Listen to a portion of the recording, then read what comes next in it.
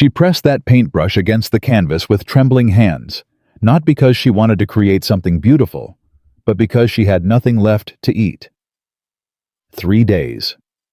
3 days without a meal, and the only thing standing between Eliza Monroe and starvation was the portrait she hadn't finished yet, propped against the wall of a stranger's saloon in a town that had already decided she didn't belong. If this story moves something inside you, subscribe to this channel right now.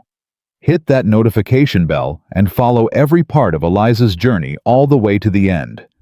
And drop a comment below telling me what city you're watching from. I want to see just how far this story has traveled. The brush fell out of her fingers first. That was how it started. Not with a cry, not with a collapse, but with a single paintbrush hitting the floorboards of the Silver Creek Saloon, with a sound so small that nobody in that room even looked up. Eliza Monroe bent down to pick it up. Her fingers were stiff. Her knuckles had gone white from gripping the handle too long, holding on to the only thing she had left with the kind of desperate focus a drowning woman gives to a piece of driftwood. She straightened up slowly, pressing her free hand flat against the bar counter to steady herself, and breathed through her nose until the gray edges faded back from her vision. 3 days. 3 days since she'd eaten anything more substantial than a heel of bread she'd found tucked inside her traveling bag, a piece she'd forgotten about.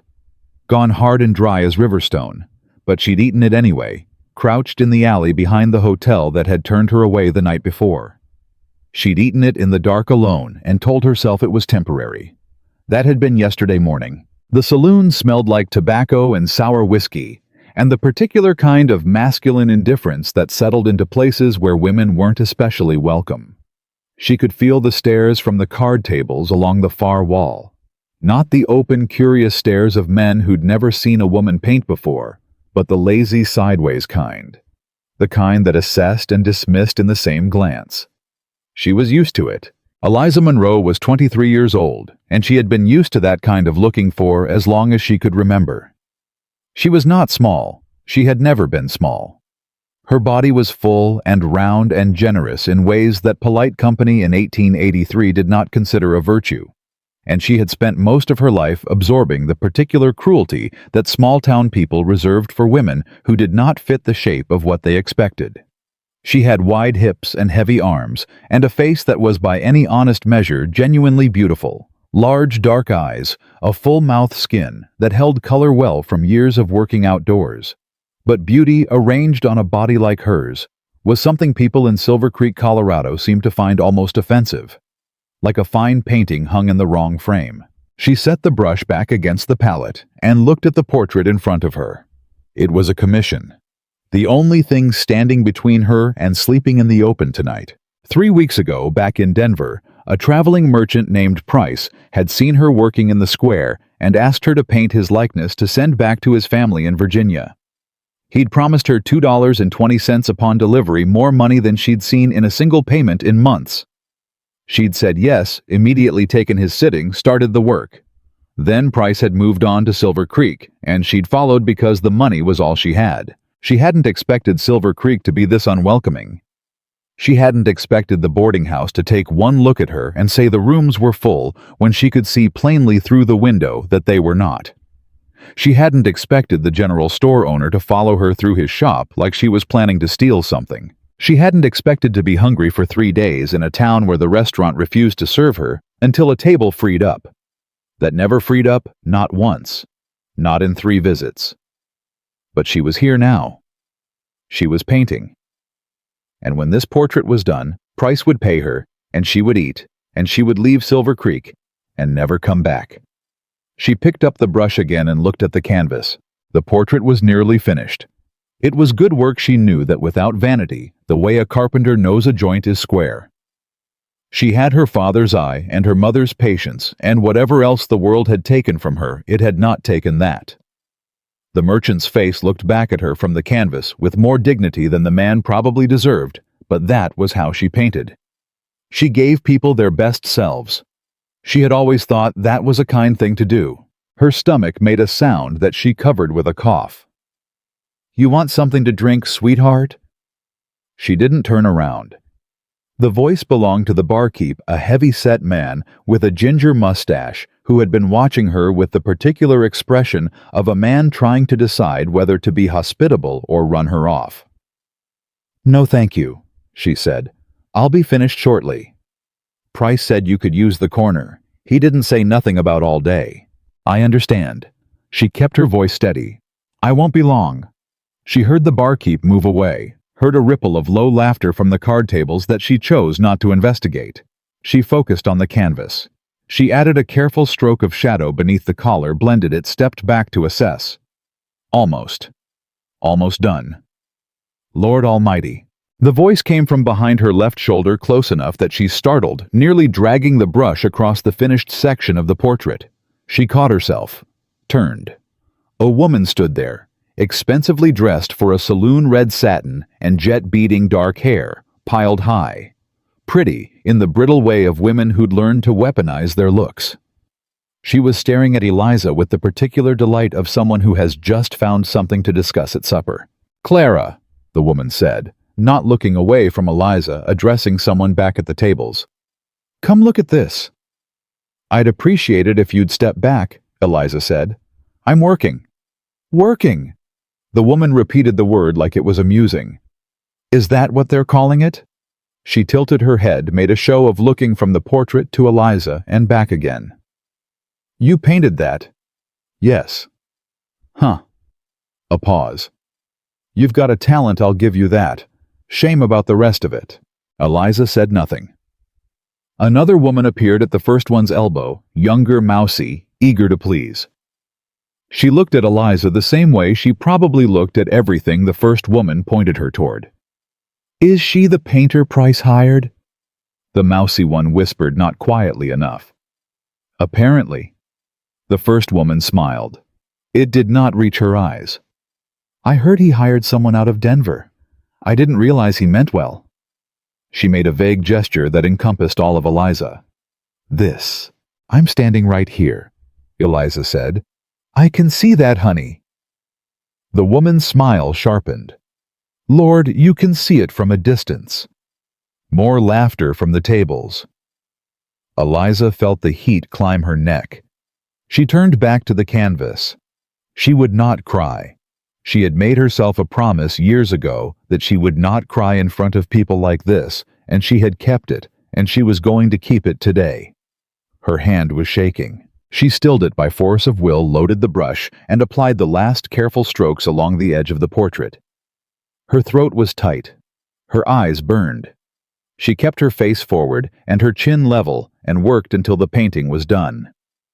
Done. She set the brush down, stepped back, and looked at what she'd made. It was good. It was genuinely good, and she let herself feel that for exactly 2 seconds before she turned around to face the room. Price wasn't there. She looked around the saloon. The card players, the barkeep. The woman in red who was now holding court at a corner table and glancing over occasionally with the satisfied expression of a cat who'd made something flinch. No Price. "Where is Mr. Price?" she asked the barkeep. The man didn't quite meet her eyes. "Headed out this morning." She stopped. "He was expecting me today. We had an arrangement." "Yes, ma'am. He left something for you, though." The barkeep reached under the counter and produced a folded piece of paper, slid it across to her. She opened it. "Miss Monroe, apologies. Business called me north sooner than anticipated. Leaving 50 cents for your trouble. Portrait's no use to me without delivery. Regrets, H. Price, 50 cents. $2.20 had become 50 cents, and she'd been 3 days without a real meal, and the portrait she'd worked herself half blind to finish was sitting against the wall of a saloon in a town that didn't want her. She folded the note carefully. She put it in her coat pocket. She picked up the 50 cents. "The painting," she said. "Does anyone want it? I'll sell it." The barkeep looked at the portrait, looked at her. "What are you asking? Enough for a meal." Her voice was very quiet. "That's all I want. A meal." Silence. The woman in red made a sound, not quite a laugh, something softer and more cutting. "Lord, that's sad," she said to her companion. "Selling her work for supper." "Enough," said a voice. It came from the direction of the saloon doors. Eliza turned. He was tall.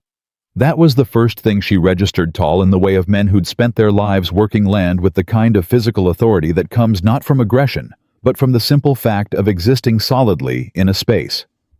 He wore trail clothes dusty from the road, a hat pushed back on his head. He had a face that was too worn and weather-cut to be called handsome in the conventional sense, but there was something about it, the set of the jaw, the steadiness of the eyes, that made handsome seem like too small a word anyway. He was looking at this portrait. Not at her. At the portrait. He crossed the saloon floor in a few long strides and stopped in front of the canvas, and for a long moment he just looked at it with his arms at his sides and an expression she couldn't read. "What are you asking?" he said. She blinked. "I'm sorry. For the painting." He finally looked at her. His eyes were gray, direct, without being unkind.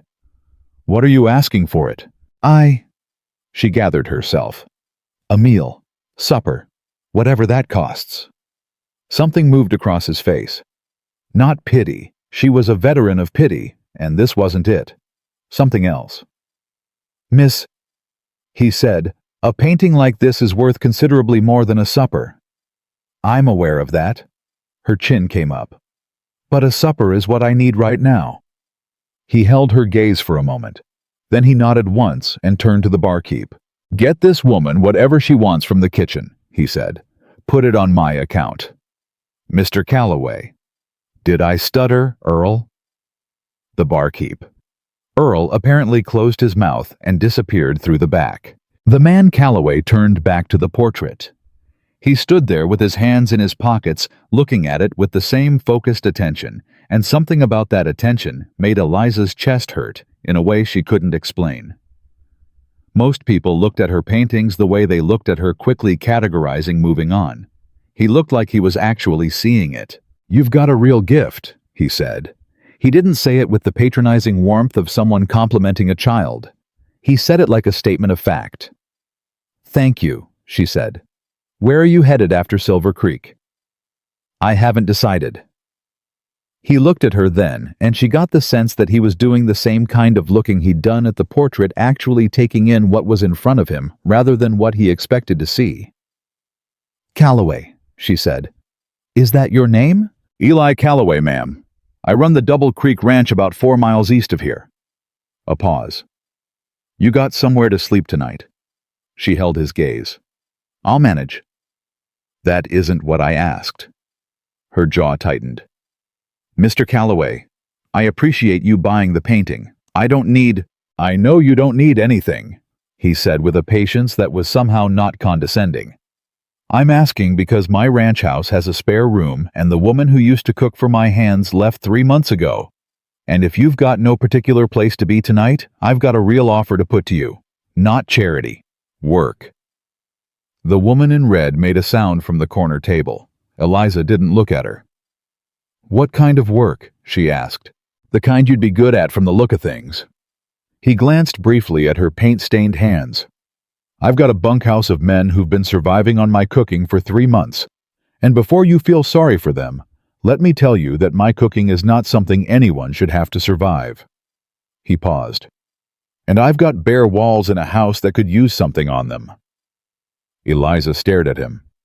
"You're offering me cooking and painting work," she said slowly. "And a room. And a wage. $30 a month, same as I pay my best hands." $30. She couldn't speak for a moment. "Mr. Calloway," she said carefully, "you don't know anything about me." "I know you made that." He nodded at the portrait. "And I know you're still standing up straight after 3 days of this town doing what this town does to people it's decided it doesn't like. That tells me what I need to know." Eliza felt something shift inside her chest. It was an unfamiliar sensation, not the warm rush of being rescued, nothing so simple as that. It was more like the feeling of unexpectedly finding solid ground under a step you'd prepared to be empty. Earl returned from the kitchen with a plate, beans and cornbread and salt pork, a tall glass of water, and a smaller one of coffee, and he set it on the bar counter without looking at her too closely. She sat down on the stool and picked up the fork. She hadn't realized how hungry she was until the first bite. Her hands wanted to shake. She wouldn't let them. She ate steadily with as much dignity as a woman who hadn't eaten in 3 days could manage, and Eli Calloway stood a few feet away with his back to the room and didn't watch her eat, which was the kindest thing anyone had done for her in Silver Creek. The woman in red's voice carried from the corner. "Eli Calloway, you have lost your mind." He didn't turn around. "Dorothy, I mean it. You're going to bring her to Double Creek. Appears that way. You could have any woman in this county as your cook. You know perfectly well I've been trying to—" "Dorothy." His voice hadn't risen, hadn't sharpened. It was simply final. "Whatever you were going to say next, don't." Silence from the corner. Eliza ate the rest of her meal without tasting any of it. Not because it wasn't good it was, or she was hungry enough that it seemed so, but because she was listening. Listening to the quality of that silence, and to the way the room had rearranged itself slightly around Eli Calloway's presence, like water finding new lines around a stone. When she was finished, she set down the fork and turned to look at him. "I'd like to see the room before I agree," she said. He nodded. "Fair enough. And the $30. I want it in writing." Something that might have been a smile moved at the corner of his mouth. "I'll have Bill write it up when we get back. Bill's my foreman. He handles paperwork better than I do." "All right." She picked up her traveling bag, which had been sitting against the bar counter the whole time, turned back to the portrait. "What do you intend to do with it?" "The painting." He looked at it again. "Hang it." "Where?" He thought about it for a moment, and the pause felt genuine rather than performative, the way his answers generally seemed to. "Main hallway," he said, "where I'll see it every time I come in." Eliza looked at him. "Not the parlor," she said. "Not somewhere to impress guests." "No." He picked up the canvas, careful of the still slightly tacky edges. "Main hallway, for me." She didn't say anything else about it. She followed him out of the Silver Creek Saloon into the late afternoon heat, past the card players who'd gone back to their game, past Earl, who was already polishing glasses and not looking at anyone, and out through the swinging doors into the street. The town watched them go. She could feel it, the stares, the low murmur of commentary, the particular hunger that bored people had for other people's choices. She kept her eyes forward and her pace steady. Calloway's horse was tied at the post. Beside it he'd tied a bay mare smaller and steadier looking. "You ride?" he asked. "Yes." "Bay's gentle. Won't give you any trouble." She mounted without assistance. She wasn't about to let him help her up. Not with half the town watching, and settled into the saddle, and he untied his own horse and swung up with the easy economy of a man who'd done it 10,000 times. They rode out of Silver Creek without looking back. 4 miles of open land. Neither of them spoke for the first mile, and it wasn't an uncomfortable silence. It was the kind that settles between people who don't feel the need to fill air with noise. Eliza looked at the landscape, at the dust rising off the trail, at the way the afternoon light was hitting the far ridge. She was already thinking about color. She was always thinking about color. "How long have you been painting?" he asked when they were maybe halfway. "Since I was 8. She kept her eyes on the trail. "My father taught me. He was a sign painter mostly, but he had real skill when he applied himself. He said I had better eyes than him. He was right. He's gone now, both my parents." She paused. "About 4 years ago." "I'm sorry." "You didn't cause it." She glanced at him. "Your family." A beat. "Wife. Lost her 6 years back. Fever. Just me and the ranch now, and more cattle than I need, and a bunkhouse of men who don't complain, but deserve better than beans every night." 6 years, she said. 6 years. She let that sit where it was. Some things didn't need commenting on. They came over a low rise, and the ranch appeared below a main house, and 3 outbuildings, a large barn fencing, that ran as far as she could see in either direction. It was prosperous. She could see that at a glance. Well-maintained, substantial, the kind of operation that had survived hard seasons because the person running it knew what they were doing. But he'd said it was silent, and even from here she could see what he meant. The buildings were beautiful and empty in the way of things not quite inhabited, present, but not alive. "It's a good piece of land," she said. "It is." Something in his voice when he said it, not pride, exactly more like a man reporting a fact about a thing he loved but had complicated feelings about lately. "I built most of what you're seeing myself, me and a good crew. You should be proud of it." "I am." A pause. "Gets quiet, though." She looked at the ranch below and thought about what quiet meant in a place with this much space in it. Thought about what it would be like to build something that big with your hands and then have nobody to sit down to supper with at the end of the day. "Well," she said, "I don't tend to be quiet." He looked at her, and this time the thing at the corner of his mouth was definitely a smile. Small and controlled, but there. "I was hoping for that," he said.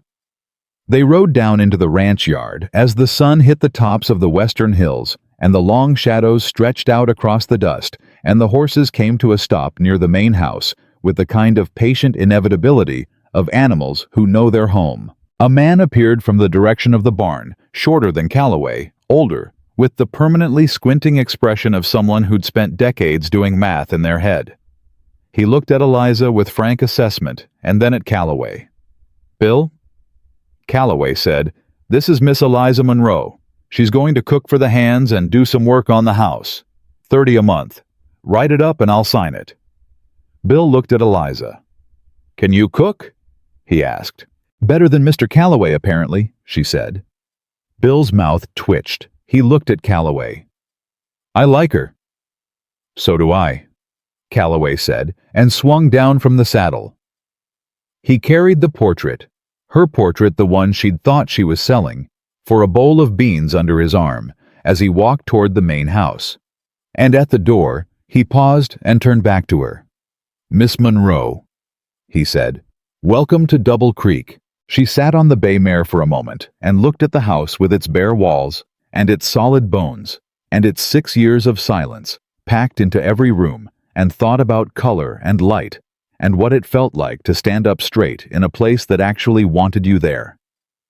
"Thank you, Mr. Calloway," she said. She swung down from the saddle. She walked through the door. Inside, he was already standing in the main hallway, considering the bare plaster wall, holding the portrait carefully in both hands, judging the height. He didn't look at her. He was entirely focused on the task of finding the right place for it. He didn't hang it in the parlor. He didn't put it somewhere to impress visitors. He hung it right there in the hallway. The first thing anyone would see when they walked through the door. The last thing a man would see when he came home at the end of a long day. And when he stepped back to look at it, his face had the expression of a man who has just set something in its proper place after a long time of carrying it wrong. The portrait looked back at both of them from the wall, a stranger's face in a stranger's house, and yet it hung there like it had always been meant to be exactly there. Eliza Monroe stood in the doorway of a life she hadn't anticipated and looked at it. And for the first time in a very long time, she did not feel temporary. The first morning at Double Creek, Eliza woke before anyone else. She lay still for a moment in the narrow bed of the spare room, listening to the silence of the house around her, and took inventory of the situation the way her father had taught her to take inventory of a blank canvas. Start with what you have not, what you wish you had. What she had: a room with a real door that locked. A wool blanket that smelled like cedar and storage, but was warm. $30 a month in writing signed by Eli Calloway and witnessed by Bill Marsh, folded now in the bottom of her traveling bag. A kitchen she hadn't seen yet. A bunkhouse of men she hadn't met. What she didn't have any clear idea of what she'd walked into. She got up dressed in the dark and went to find the kitchen. It was worse than she'd imagined. Not dirty. She could see it had been cleaned recently, and with effort, the kind of cleaning that happens when someone knows company is coming and is embarrassed by the normal state of things. But the organization of it was the organization of a man who cooked the way he did most things alone. Functional, joyless, defensive. Pots stacked in the wrong order. Spices arranged by no system she could identify. The flour bin was nearly empty, and something in the back corner smelled like it had been there since the previous administration. She stood in the middle of it with her arms folded and looked at what she had to work with. Then she tied on her apron, the one she'd carried in her bag through 3 towns and 2 hard months, and got to work. By the time the sky was pale enough to call morning, she had a fire going in the stove, biscuits in the pan, coffee on, and a pot of gravy that smelled like it was supposed to smell. She'd inventoried the larder, made 2 lists, one of what was usable and one of what needed to be replaced immediately, and reorganized the spice shelf by category. The kitchen was starting to smell like something. The back door opened and a man walked in. He stopped when he saw her. He was young, barely 20 she'd guess, with a face still working on becoming a man's face and a hat that was slightly too big. "Morning," she said. He stared at the biscuits. "Are those biscuits?" "Yes. They'll be done in about 10 minutes. Go tell the others." He stared a moment longer, then turned around and went back out the door without another word. She heard him yell something across the yard, and the particular quality of the silence that followed told her she'd gotten their attention. They came in one by one, and then in pairs, 6 men total, ranging from the young one with the oversized hat to a man of maybe 50 who moved like every joint in his body had an opinion about the weather. They filled the long kitchen table with the cautious energy of people who want something badly but aren't sure they're allowed to have it. "Sit down," she said. "There's enough." They sat. Bill came in last, poured himself coffee, looked around the kitchen with the calculating eye of a man who'd been managing something by himself for too long, and looked at Eliza. "You move fast," he said. "I'm hungry," she said. "I assume they are too." She served the biscuits. She served the gravy. She set out the coffee and the salt, and refilled the pot without being asked, and she listened to the sounds a table makes when the people around it are actually fed. The conversation starting up the shoulders, dropping the particular human softening that happens when hunger is addressed. The young one with the big hat, his name turned out to be Cody, had 3 biscuits and would have had a 4th if he hadn't caught Bill looking at him. "Mr. Calloway eat?" she asked Bill. "Mr. Calloway's been up since before you were," Bill said. "He's out at the north fence line. He'll eat when he comes in." "What time does he usually come in?"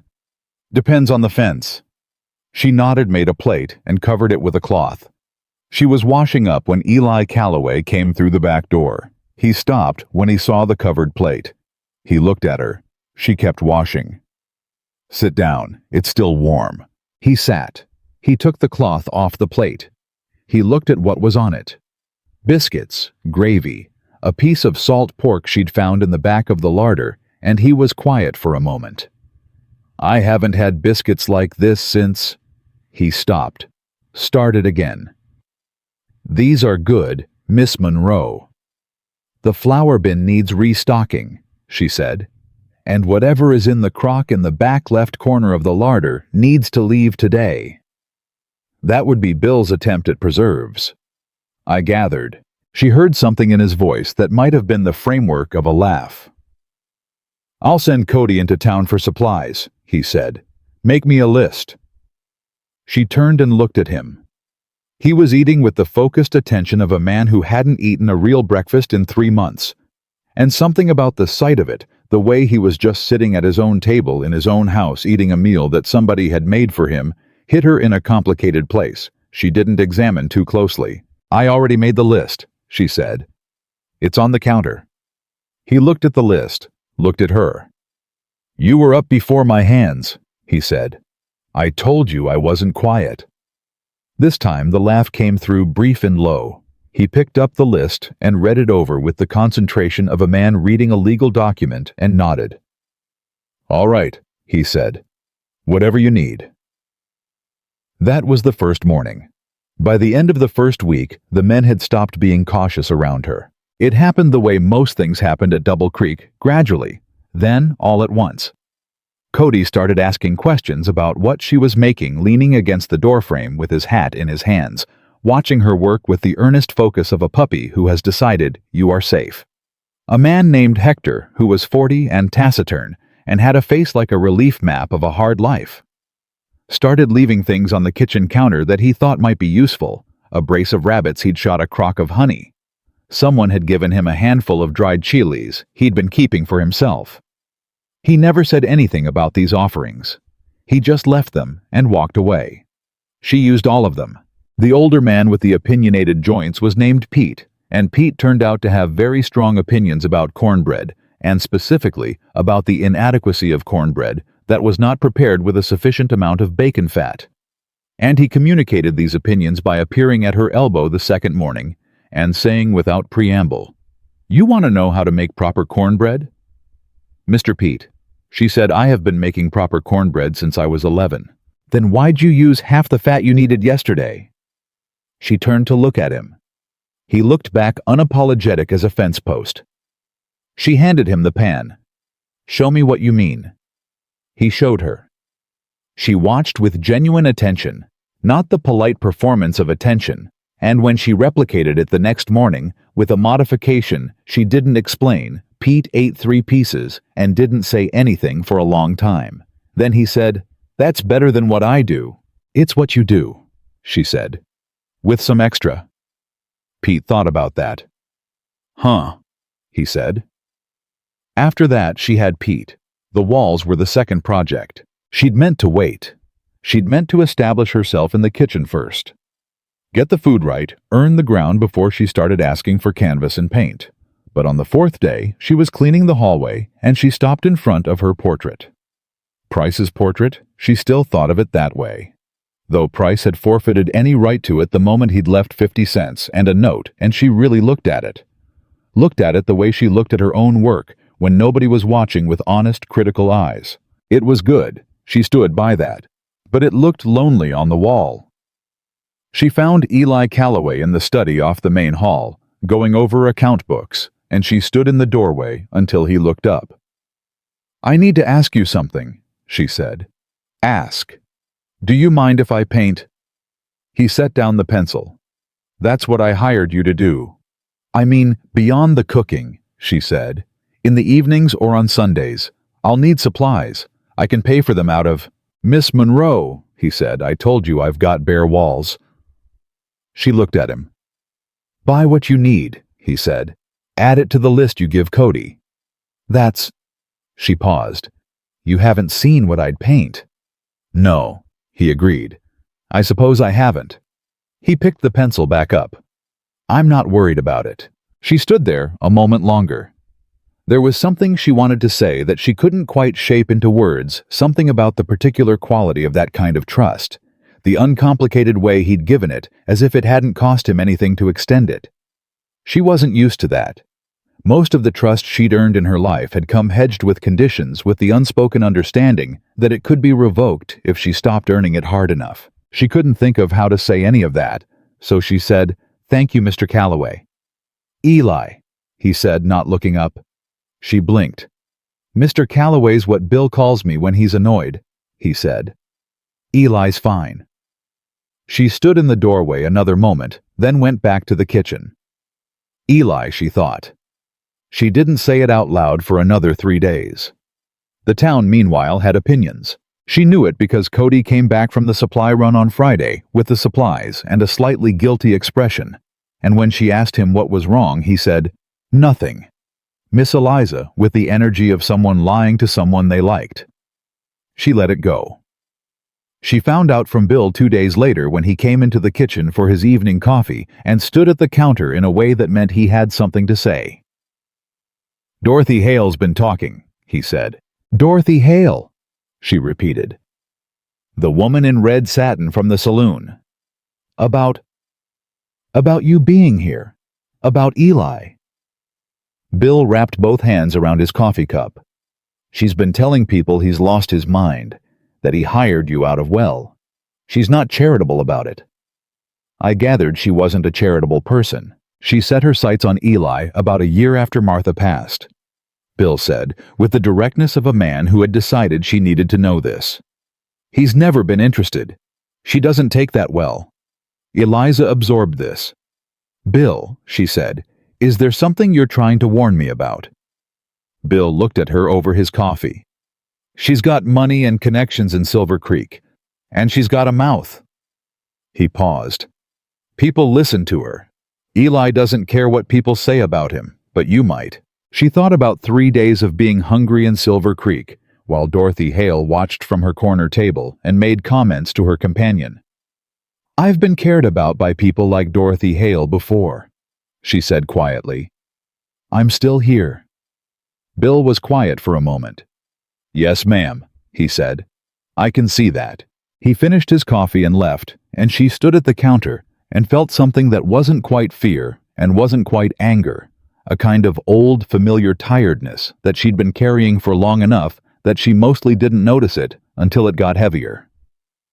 It got heavier that Saturday. She'd gone into Silver Creek with Cody to pick up the order herself. There were pigments she wanted to select in person, and she hadn't been back since her first night, and she'd told herself she wasn't afraid of it. She wasn't afraid of Silver Creek. She was a grown woman who had survived worse than a small town with opinions. She was at the dry goods counter when Dorothy Hale walked in. The conversation in the store did that thing conversations do when something interesting arrives. It dropped in volume and then stopped, and in that sudden quiet, Dorothy's voice carried clearly. "Well," Dorothy said, looking at Eliza with the particular pleasure of someone who has planned an encounter and is now executing it. "The ranch cook, in town for supplies." "Good morning," Eliza said. "Heard you've been making yourself comfortable out at Double Creek." Dorothy set her basket on the counter with a little click. "Heard the men are all very taken with your cooking." She smiled. "Men will eat anything if they're hungry enough, won't they?" Eliza looked at her. She thought about a number of things she could say. She selected none of them. "I need to add some spirits of turpentine to my order," she told the man behind the counter. "And the cadmium yellow if it came in." "Miss Monroe." Dorothy's voice sharpened when being ignored. "I'm speaking to you." "I know you are," Eliza said pleasantly. "I'm choosing not to respond." The store went very quiet. Dorothy's color rose. "Eli Calloway is a respectable man. Whatever you think he hired me to cook and to paint," Eliza said, still pleasant, still not fully looking at Dorothy. "That's what I'm doing. That's all I'm doing." She looked up, then looked at Dorothy directly for the first time, and kept her voice even and her eyes steady. "And if you find that threatening, that's information about you, not about me." Dorothy stared at her. The man behind the counter found somewhere else to look. Cody, standing near the door, appeared to be trying to disappear into the wall. "You've got nerve," Dorothy said. Her voice had gone quiet, which was somehow worse than when it was loud. "I'll give you that. It won't last." She picked up her basket and walked out. The store exhaled. Cody appeared at Eliza's elbow. "Miss Eliza," he whispered. "Are they bringing the turpentine?" she said. "Yes, ma'am." "Good. Let's get the rest of the order loaded." She didn't shake until they were outside and the door of the dry goods store was closed behind them, and even then she pressed her hands flat against her skirt and waited until it passed. She was not afraid of Dorothy Hale. She was not going to give Dorothy Hale anything to work with.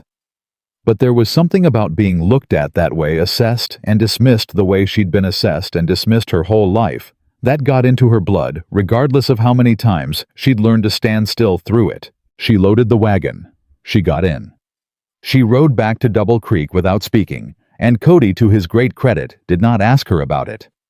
Eli noticed. She didn't know how exactly she'd said nothing when they got back, just unloaded the supplies and put away what needed putting away and set about making supper.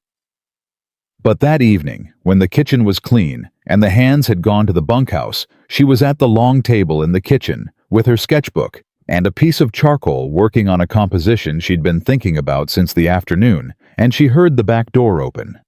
She didn't look up. She heard him pour coffee, heard the chair across from her pull back, heard him sit. "You went to town today?" he said. "Yes." "Cody says you ran into Dorothy Hale." She turned a page of the sketchbook. "He shouldn't report back to you on my behalf," she said. "He's not reporting." A pause. "He mentioned it because he was worried about you." She looked up at that. Cody was barely 20 years old and had never once spoken more than 6 words to her in a row, and the idea that he was worried about her did something peculiar to the back of her throat. "I'm fine," she said. Eli looked at the sketchbook without asking to see it. He had a quality she'd noticed and filed away in the first few days. He didn't take things. He didn't lean in to look at something you were working on, or reach for something on your side of the table, or assume that proximity was an invitation. He waited. "Dorothy has been wanting to be mistress of this ranch for about 5 years. He said, which was almost exactly what Bill had told her, but landed differently in Eli's voice, not gossipy, not warning, just matter of fact. "She's not a bad woman. She's a woman who's used to getting what she wants, and she decided she wants this, and she doesn't like obstacles." "Am I an obstacle?" He considered the question with the seriousness he gave to most things. "You're something she didn't account for," he said. "That bothers her." Eliza looked at him. "It bothers a lot of people," she said, "when I don't fit the picture they expected." "I imagine it does," he said. He said it simply without any performance of understanding, and something about that simplicity was harder to deflect than sympathy would have been. She looked back at her sketchbook. "I'm painting the south pasture on Sunday," she said. "If I can get the composition right." "I'll make sure nobody's working the south fence," he said. A pause. "You don't have to do that." "I know." She turned another page. "Eli," she said. It was the first time she'd used his name, and both of them were aware of it, and she kept her eyes on the sketchbook and heard him go very slightly still. "Why did you really hire me?" The silence lasted long enough that she looked up. He was watching her with an expression she hadn't seen on him before. Not the steady, practical assessment of the first day, not the easy patience he used with the hands. Something more interior. Something that looked like a man deciding whether to say a true thing. "You were standing in that saloon," he said, "with 3 days of hunger on you and a whole room deciding you didn't matter, and you were still holding that brush like you were going to finish the painting anyway." He paused. "I've seen a lot of people give up easier with a lot less reason." She couldn't look at him while he was saying that. She looked at the table instead. "That's not a good basis for hiring someone," she said. "It told me what I needed to know about your character," he said. The cooking was available work. I needed someone." Another pause, and she felt the weight of something he was choosing carefully. "The ranch has been quiet for a long time. I've been telling myself quiet is fine. Bill tells me I'm lying to myself." Bill is direct. "Bill has been with me for 12 years. He's earned it." She was quiet for a moment. Then she said very carefully, "You could find someone better, for the cooking, or for—" She gestured vaguely at the space between them, the house, the ranch. "Whatever it is you're missing." He looked at her with the gray, steady eyes. "I'm not looking for better," he said. "I'm looking for real." The kitchen was very still. Outside, something a coyote far off called once and went quiet. Eliza looked at Eli Calloway across the kitchen table and felt something she hadn't felt in a long time. Something she'd decided she didn't get to feel, something she'd locked in a box and set in a back room of herself, and told herself to stop thinking about. It scared her more than Dorothy Hale. It scared her more than Silver Creek. Because Dorothy Hale and Silver Creek, she knew how to survive. This, she wasn't sure about. "I should sleep," she said. "Yes." He agreed. She closed the sketchbook. She stood up. She paused at the door. "The painting I'm planning for the south pasture," she said without turning around. "It's going to need a lot of gold. The afternoon light there is—" She stopped herself from saying beautiful. "Complex." "I'll make sure Cody adds it to the order," Eli said. She went to bed. She lay awake longer than she wanted to admit. The second week, she started painting the walls. Not all at once. Not dramatically. She started with the hallway off the kitchen, the long, narrow corridor that led to the back storage rooms, and saw more daily traffic than anywhere except the kitchen itself. Because if people were going to look at her work, she'd rather they looked at it while they were thinking about something else. She worked in the evenings after supper was done, and the kitchen was clean. She worked quickly and with confidence because she always did, and because she'd decided on the image before she picked up the brush, and she'd found that thinking longer than necessary about what you were going to paint just gave you more chances to talk yourself into timidity. She painted the land, not a specific place, or not exactly. It was the country she'd seen on the 4-mile ride from Silver Creek to Double Creek, the way the light had looked in that particular late afternoon moment, the color of the grass, and the color of the distance, and the quality of air that she'd spent 20 years learning how to put on a surface. She worked in silence, and she was halfway through before she realized she was being watched. She turned. Pete was standing in the corridor doorway with a coffee cup looking at the wall. "Keep going," he said. "I'm not here." She turned back and kept going. After a while, she heard Hector come and stand behind Pete, and then Cody, and eventually she was painting with an audience of 4 men who were all pretending they weren't there, and she let them pretend, because it was respectful and also a little funny, and she could feel them watching in the particular way of people discovering something they hadn't expected to love. When she finally cleaned the brush and stepped back, Pete said, "I've been looking at this wall for 11 years. Has it been a good 11 years? Good enough." He looked at the painting. "Better now." Hector said nothing, which from Hector meant something. Cody said, "Miss Eliza, that's the most beautiful thing I ever seen." "The most beautiful thing you've ever seen," she said. "And you're 20 years old, Cody. Wait." "No, ma'am," he said seriously. "I mean it." She cleaned up. She went to bed. She thought about Eli, who she hadn't seen that evening, and whether he'd seen it, and told herself she wasn't thinking about it. He found her the next morning. She was at the stove when she heard him stop in the corridor, the way footsteps stop when something unexpected meets them, and she stood very still and listened. He was quiet for a long time. Then he came into the kitchen. He stood at the counter and poured his own coffee, and she waited. "You painted that last night," he said. "Yes." "How long did it take you?" "A few hours." He was quiet again. She turned from the stove to look at him, and found him looking at her with an expression she didn't entirely know what to do with, something that was past gratitude and past surprise, and had arrived somewhere more fundamental. "The light's right," he said. "The way you got the light. It's particular here," she said. "The way it comes off the hills. I've been trying to work out how to paint it since the first day. My wife—" He stopped, started again with the careful deliberateness of a man navigating terrain he doesn't often cross. "Martha used to say the sunsets here were worth the hard winters. She was right." He looked at the door back to the corridor toward the painting. "You got that? What she was talking about?" Eliza set down the spoon she was holding. "I'm sorry," she said. "About Martha." "Doesn't need apologizing for," he said. "But—" He looked at the floor briefly, then back at her. "Thank you for knowing to paint that and not something else." The kitchen was quiet. "Sit down," she said. "Breakfast is almost ready." He sat down. She served him breakfast. They did not talk about Martha again. Not that morning, but something had shifted in the particular architecture of the space between them, as if a wall had been removed, and the rooms on either side were learning to deal with the new air.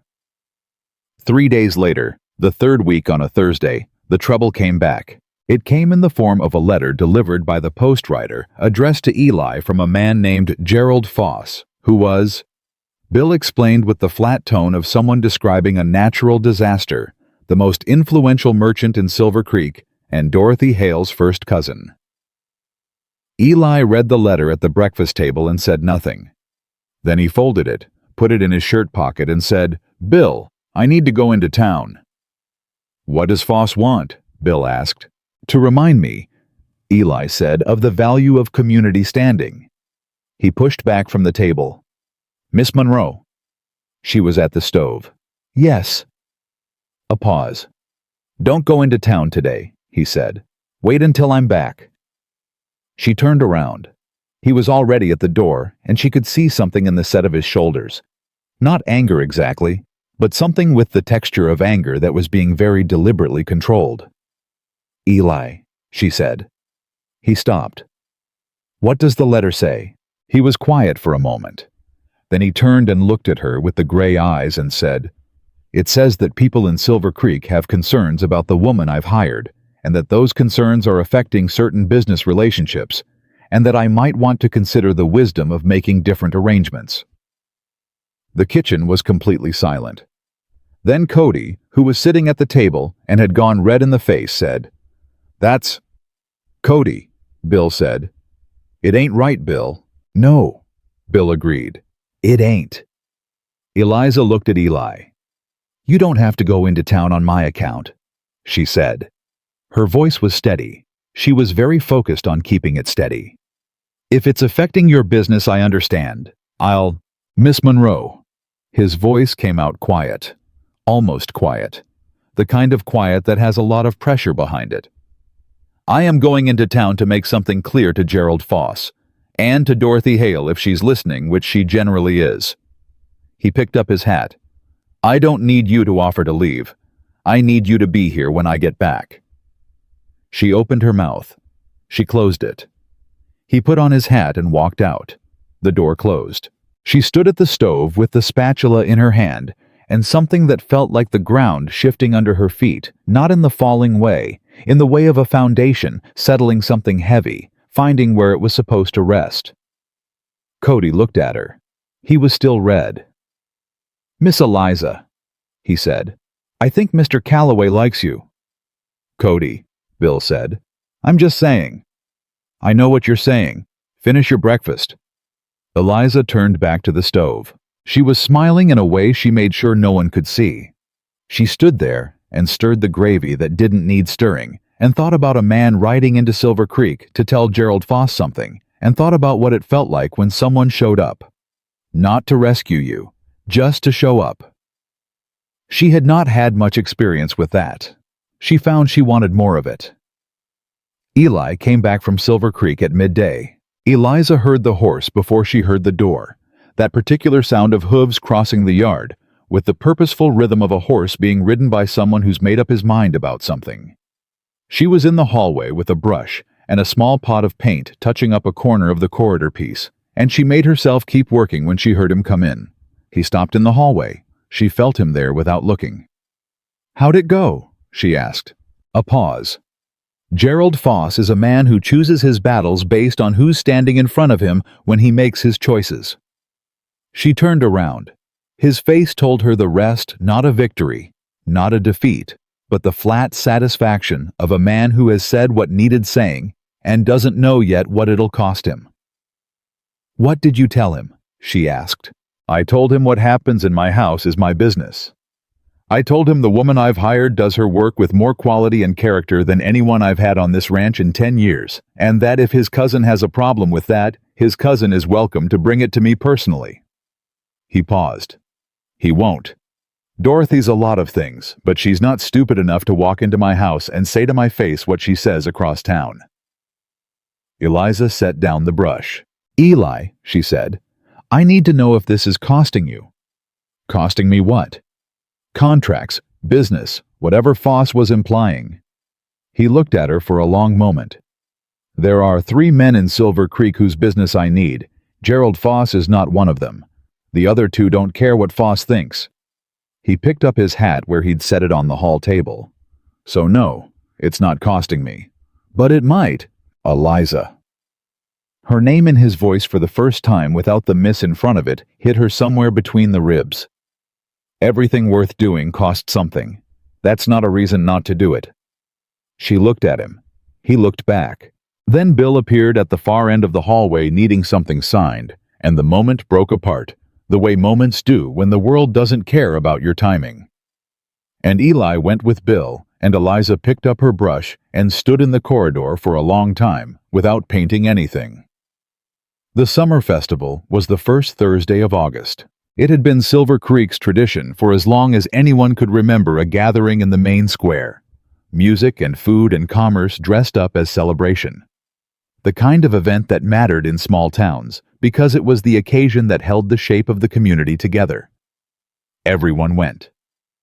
Eli went every year, Bill told her, because he did business with people there, and because not going would have been a statement nobody needed to make. He asked Eliza to go with him on a Tuesday morning, across the breakfast table in front of Bill and Cody and Pete, which meant it was not a secret thing, not a quiet suggestion, but a deliberate declaration in front of witnesses. "The festival Thursday," he said. "I'd like you to come." She looked up from the plate she was carrying. The kitchen had gone the particular quality of still that happens when several people are trying very hard not to react to something. "With you," she said. "Yes." She set the plate down. "You know what people will say." "I know what people will say," he agreed. "And you want me to come anyway." "I want you to come." He said it without decoration. "What people say is their concern, not mine." Cody made a sound that he converted into a cough when Bill looked at him. She thought about Dorothy Hale and Gerald Foss and the dry goods store and 3 days of hunger, and the particular way that Silver Creek had looked at her when she arrived. She thought about what it would feel like to walk into that festival square on Eli Calloway's arm and feel every eye in town doing what eyes in towns like that did. She thought about what it meant that he was asking anyway. "All right," she said. "I'll go." Pete reached for another biscuit with the energy of a man very deliberately not celebrating something. "Good," Eli said, and went back to his coffee. That was Tuesday. By Wednesday afternoon she was regretting it, not because she'd changed her mind, she hadn't, but because the second she'd said yes, something in her chest had started doing the thing it did when she cared about an outcome. The thing she'd spent years trying to train out of herself, because caring about outcomes when you were the kind of woman Silver Creek had decided she was tended to produce nothing but disappointment. She was in the kitchen when she heard Cody come in the back door from his supply run, and she heard the particular quality of his footsteps, fast, slightly uneven, the walk of someone carrying news they don't want to carry. "What happened?" she said without turning around. "Nothing." "Cody." A long pause. "Dorothy Hale's been telling people," he said, "about Thursday, about you going." Another pause. "She's saying some things, Miss Eliza, about why you're really here, about what kind of woman—" He stopped himself. "It ain't true. None of it. I just thought you should know." She kept her hands moving. She was rolling dough, and she kept rolling it. "Thank you for telling me," she said. "I could—" He fumbled. "I could tell Mr. Calloway." "No," she said. "You won't." "But, Cody." She looked up at him. He was young and genuinely angry on her behalf, which was more than she'd expected to find in Silver Creek, and she wasn't going to waste it. "I appreciate you. I mean that. But this isn't something that gets fixed by Eli riding into town again. This is something that gets fixed by Thursday going the way Thursday goes." He looked at her. "Are you scared?" he asked. And the directness of it, the young, uncalculated honesty of it, almost undid her right there in the kitchen. "Yes," she said, "but I'm going anyway." He nodded slowly with the gravity of a 20-year-old who has just been trusted with something real. "Yes, ma'am," he said. "That's the right thing." She rolled the dough and said nothing else and thought about courage and what it actually felt like from the inside, which was nothing like. It looked from the outside, which was mostly just fear that you'd made a decision not to let run the show. Thursday came, regardless of how she felt about it. She wore the best dress she owned, which was not extravagant, but was well made and the color of deep water, and she'd done her hair with more attention than usual, and she'd stood in front of the small mirror in her room and looked at herself honestly, the way she'd learned to look at her own paintings, clear-eyed, no flinching, see what's actually there. What was there was a full-figured young woman with good eyes and a straight back, and a face she'd made her peace with a long time ago. She was not what Silver Creek expected on the arm of Eli Calloway. She knew that. She'd known it since the moment he asked. She went out anyway. Eli was waiting in the yard with the wagon, and he was wearing clothes that were cleaner than his usual work clothes, though, in the same character, no performance, nothing for show. He looked at her when she came out of the house, and something moved across his face that he didn't try to conceal, though he didn't name it either. "You look fine," he said. "You could say it like you mean it," she said. The corner of his mouth lifted. "You look real fine, Eliza." She climbed up into the wagon. They rode into Silver Creek in the early evening when the square was already filling up lanterns strung between the buildings, the sound of a fiddle and a guitar making music that floated out to meet them on the road. It was the kind of evening that was beautiful whether you wanted it to be or not. The sky doing what Colorado skies did in August, all that color, all that space. And Eliza sat beside Eli in the wagon and watched the town come toward them and kept her hands quiet in her lap. They felt it the moment they entered the square. Not a silence. The music kept playing, the conversations kept going, but a change in quality, a shift in attention, the way a room reorganizes itself around something that people have been waiting to see. Heads turned. Eyes found them. She felt each one because she had always been the kind of person people looked at, and she had spent years learning to receive that looking without showing what it cost. Eli stepped down from the wagon. He came around to her side and offered his hand. She took it. She stepped down and stood beside him in the square, and the looking intensified, and she held her chin at the angle her mother had taught her. Not defiant, not pleading, just present, and looked back at the square, the same way she looked at blank canvas, like it was hers to work with. Calloway. A man approached, broad, pleasant face, the kind of solid that comes from decades of physical work. He shook Eli's hand. "Good to see you out." "Jim," Eli said. "You know Miss Monroe? She's been running the kitchen at Double Creek." Jim looked at her with straightforward, friendly curiosity. "Can't say I do. Pleased to meet you, Miss Monroe." "And you," she said. Jim's wife appeared at his elbow, a small, sparrow-quick woman with sharp eyes. She looked at Eliza, then at Eli, and then back at Eliza with the particular calculation of a woman who has assessed a situation faster than most men would have thought to. "You're the painter," she said. "I heard about you." "I expect you did," Eliza said. "I heard you're the one who painted the corridor at Double Creek." She paused. "Dorothy Hale said some things about you that I didn't much care for, just so you know. Dorothy says things about most women she perceives as competition, and we've all learned to disregard it." She stuck out her hand. "Clara Webb. Pleased to meet you." Eliza shook it. Something in her chest loosened by about a quarter inch. They moved through the festival, Eli stopping to talk to people, Eliza at his side, and the reactions were not all Clara Webb. Some people were polite in the way of people performing politeness with effort. Some were genuinely warm. Some looked at her with flat, open judgment, and then looked at Eli as if waiting for him to explain himself, and Eli either didn't notice or didn't care, and Eliza copied his not caring until she could almost believe it. Dorothy Hale found them by the food tables. She didn't approach directly. Nothing. Dorothy did was direct, but she arranged herself nearby with two other women, and when Eli stepped a few feet away to speak to a man about cattle prices, Dorothy drifted close enough. "Miss Monroe." Her voice was butter smooth. "Brave of you to come." "Good evening, Miss Hale," Eliza said. "I'm sure Eli told you what a significant event this is for the community." Dorothy glanced toward where Eli was talking. "For those of us who've been part of this community for a long time." She smiled. "It must be strange, coming into something with so much history, not knowing all the layers." "Most places have layers," Eliza said. "I find them interesting." "Do you?" Dorothy's eyes moved over her with the efficiency of long practice. "That's a lovely dress. I imagine it's a challenge to find things that well." "Dorothy." One of the women beside her said it quietly. A warning. Dorothy ignored it. "I just mean, it must be difficult shopping for—" "I made it myself," Eliza said. "The dress. I made it." Dorothy paused.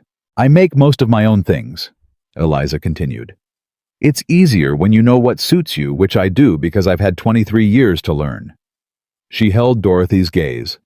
"I don't find it a challenge. I find it something I'm good at. like most things I decide to learn.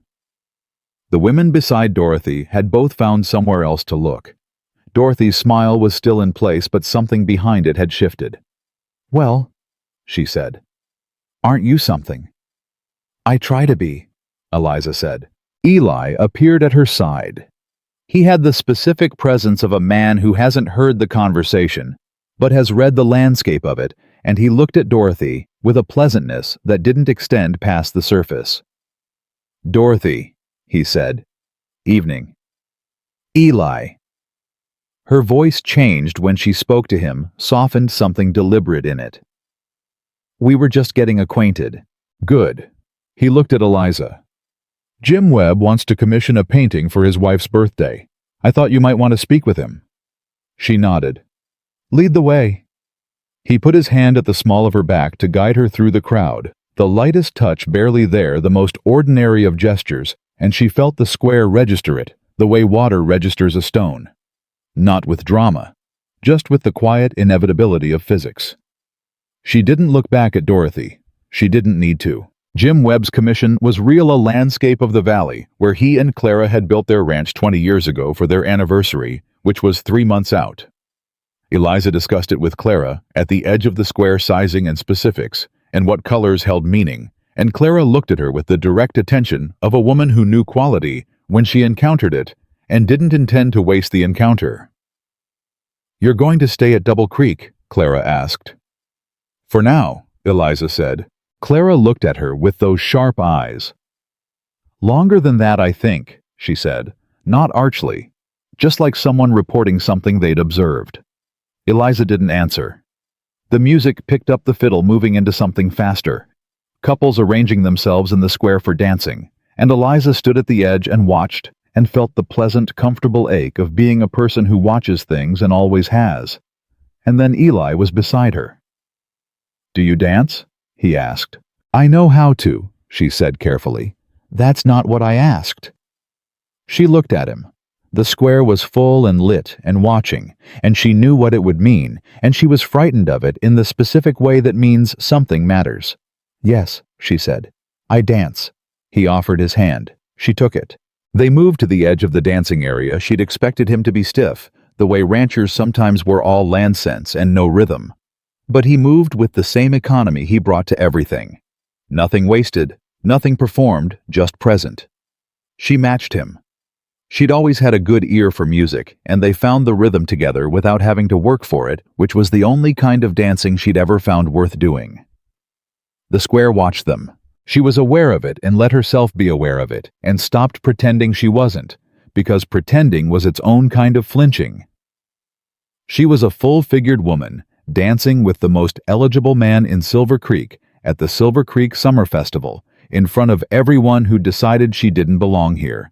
And she was doing it well, and she was not apologizing for any of it.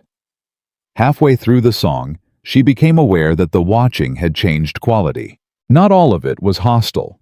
Some of it was simply people watching two people dance, people watching something that looked good. She saw Clara Webb say something to her husband, and Jim nod, and an older woman near the food tables make a comment to her companion that made the companion smile. She saw Cody at the edge of the crowd, beaming like a man whose horse had just won a race, and beside him Pete, with his arms crossed and his chin doing the thing it did when he approved of something but wasn't going to say so. When the song ended, she and Eli stepped apart. "Thank you," she said. "Thank you," he said. They were both slightly out of breath, not from the dancing, or not only from the dancing. Then the evening turned. She didn't see it coming because she was looking the wrong direction, watching Cody try to ask a girl to dance, and she heard it before she understood it, a voice raised just slightly louder than necessary, carrying the way voices do when they mean to carry. "I'm just saying what everyone else is thinking." Dorothy Hale's voice, clear as a bell in the moment between songs. "It's not about her size, it's about where she came from. Nobody knows anything about this woman. She appeared with a paintbrush, and now she's at every town function on Eli Calloway's arm, and nobody asks questions. Nobody thinks that's odd." Silence in the immediate radius. "Dorothy." Clara Webb's voice sharp. "I'm expressing a concern. You're expressing jealousy, and you've been doing it for a month, and most of us are tired of it. A murmur through the crowd. Not all of it supportive of Clara, but enough of it to shift the air. Eliza stood very still. Eli was beside her. She could feel him go rigid, feel the breath he took in, and the deliberate way he chose what to do with it, and she put her hand on his arm before he could speak. "Don't," she said quietly. He looked at her. "Not you," she said. "Me." He was quiet for a moment. Then very carefully he stepped back exactly one step, which was the most extraordinary thing he could have done, because it meant she had the floor entirely, which was what she needed, and also the thing that terrified her most. She walked toward Dorothy, not rushing, not performing, just walking across the square with the same walk she'd had since childhood, the walk she'd learned because her father had told her, "You carry yourself like you have a right to be wherever you are because you do, and nobody can take that unless you give it to them." Dorothy saw her coming and held her ground because Dorothy was that kind of woman. Eliza stopped a few feet from her. "I understand you have concerns about me," she said. Her voice was quiet enough that the people nearest had to lean in, which meant the whole square went quiet to hear. "That's your right. This is a small community, and I'm new to it, and I understand why a stranger asks questions." Dorothy's chin lifted. "I'm glad you understand. What I don't understand," Eliza continued, as if Dorothy hadn't spoken, "is what my size has to do with my character, or my family's income, or the fact that I was hungry when I arrived here, which is something that happens to decent people when circumstances get hard and has nothing to say about who I am." She paused. "I can't make you like me, Miss Hale. I'm not going to try. But you've been saying things that aren't true, and in a community this size, things that aren't true have real weight." Her voice stayed even. "So I'm asking you in front of everyone to be accurate. You can dislike me, you can choose not to know me, but be accurate." The square was completely still. Dorothy stared at her. A beat. 2. "You've got nerve," Dorothy said. It came out differently than it had at the dry goods store. Less a weapon, more a fact. Like she'd meant it differently this time, without quite deciding to. "I've had to," Eliza said. She turned and walked back across the square. Eli was where she'd left him, and when she reached him, she was shaking. Not visibly, she'd controlled that, but inside, in the deep place where courage lived, when it was done, doing its job, she was shaking completely. "Well," he said. "Don't say anything," she said. "I was going to say, you're the bravest person at this festival," he said. She laughed. It came out a little ragged and she didn't care. "That's a very low bar tonight." "Maybe." He looked at her with those gray eyes. Still true. They stayed another hour. People came to speak to them, some who hadn't before, some who'd been watching and had revised something in their assessment. Clara Webb pressed Eliza's hand and said, "Come for coffee next week. I mean it." Jim slapped Eli on the back and said nothing, which from Jim apparently meant approval. Even one of the women who'd been standing with Dorothy earlier found her way to Eliza's side and said quietly and without much ceremony, "She does this to everyone she sees as a threat. You handled it right." When they rode back to Double Creek in the wagon, the sky was full of stars, and the air had cooled to the temperature that summer nights in that country sometimes achieved, which was close to perfect. They were quiet for a while. Then Eli said, "The portrait. The one you painted of Price."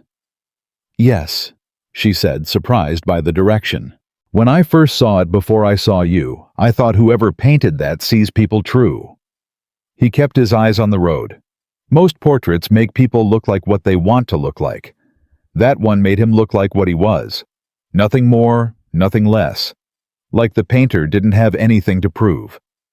He paused. "I don't think I've met many people who don't have something to prove.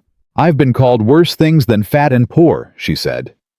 "After a while, you either collapse under the weight of trying to prove them wrong, or you stop trying to prove anything and just be what you are." She looked at the road ahead. "It took me a while to get there." "What made you get there?" She was quiet for a moment, honest. I ran out of other options, she said. Trying to be smaller literally and otherwise was exhausting. I decided I was more interested in painting and cooking and being alive in an interesting way. She paused. It sounds simple when I say it. It doesn't, he said. It doesn't sound simple at all. The ranch appeared ahead. The lights in the bunkhouse were still on Cody, probably still awake and wanting to know how it went. The main house was dark except for the kitchen lamp she'd left burning. Eli brought the wagon to a stop in the yard. He didn't move immediately. She didn't either. "Eliza," he said. Something in how he said it made her very still. "I want to tell you something," he said, "and I want to say it clearly because I am not good at saying things unclearly and then hoping people understand. That's not how I operate." He turned to look at her in the dark. "I hired you because you had talent, and I needed the work done. That was the truth. It's still the truth. But it stopped being the whole truth about 3 days in, and I think you probably know that." She looked at him. "What do you think I know?" she said. "That this isn't that I'm not—" He stopped, which was notable because Eli Calloway did not generally stop in the middle of things. He started again. "I've been careful since Martha. I've been so careful that I convinced myself careful was the same as being fine, and Bill's been telling me for 3 years that it wasn't the same, and he was right.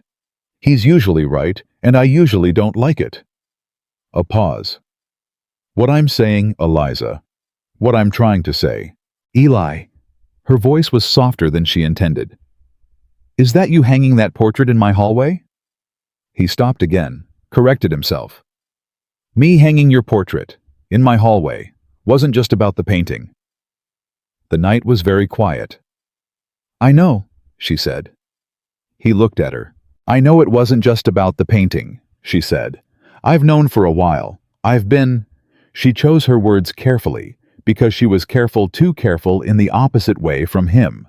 Careful from years of being told she wasn't enough of the right things.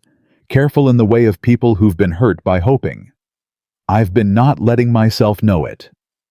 Because I don't fit the picture," she said flatly.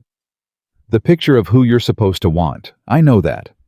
I've been knowing that my whole life. And I've gotten very good at getting to something good and then finding the reason it can't be real because—" She stopped, started again quietly. "Because it's easier to leave before you're asked to go." He was very still. "Who asked you to go before?" he said. "Nobody had to," she said. "I could always see it coming." "You can't see it coming now," he said, "because it isn't coming." She looked at him in the dark. "That's a large thing to say," she said. "I'm aware of that." He didn't look away. "I mean it the size it is." She sat there. The stars were doing what stars did, indifferent and brilliant, and the horses were patient, the way horses were. And somewhere in the bunkhouse, Cody was probably awake wondering how the evening had gone, and here they were in the wagon in the dark, with everything rearranged and nowhere to put it yet. "I need—" She stopped, tried again. "I need some time. To— Take it," he said, immediately, without making her feel like she'd said the wrong thing. She nodded. She got down from the wagon. She walked to the house.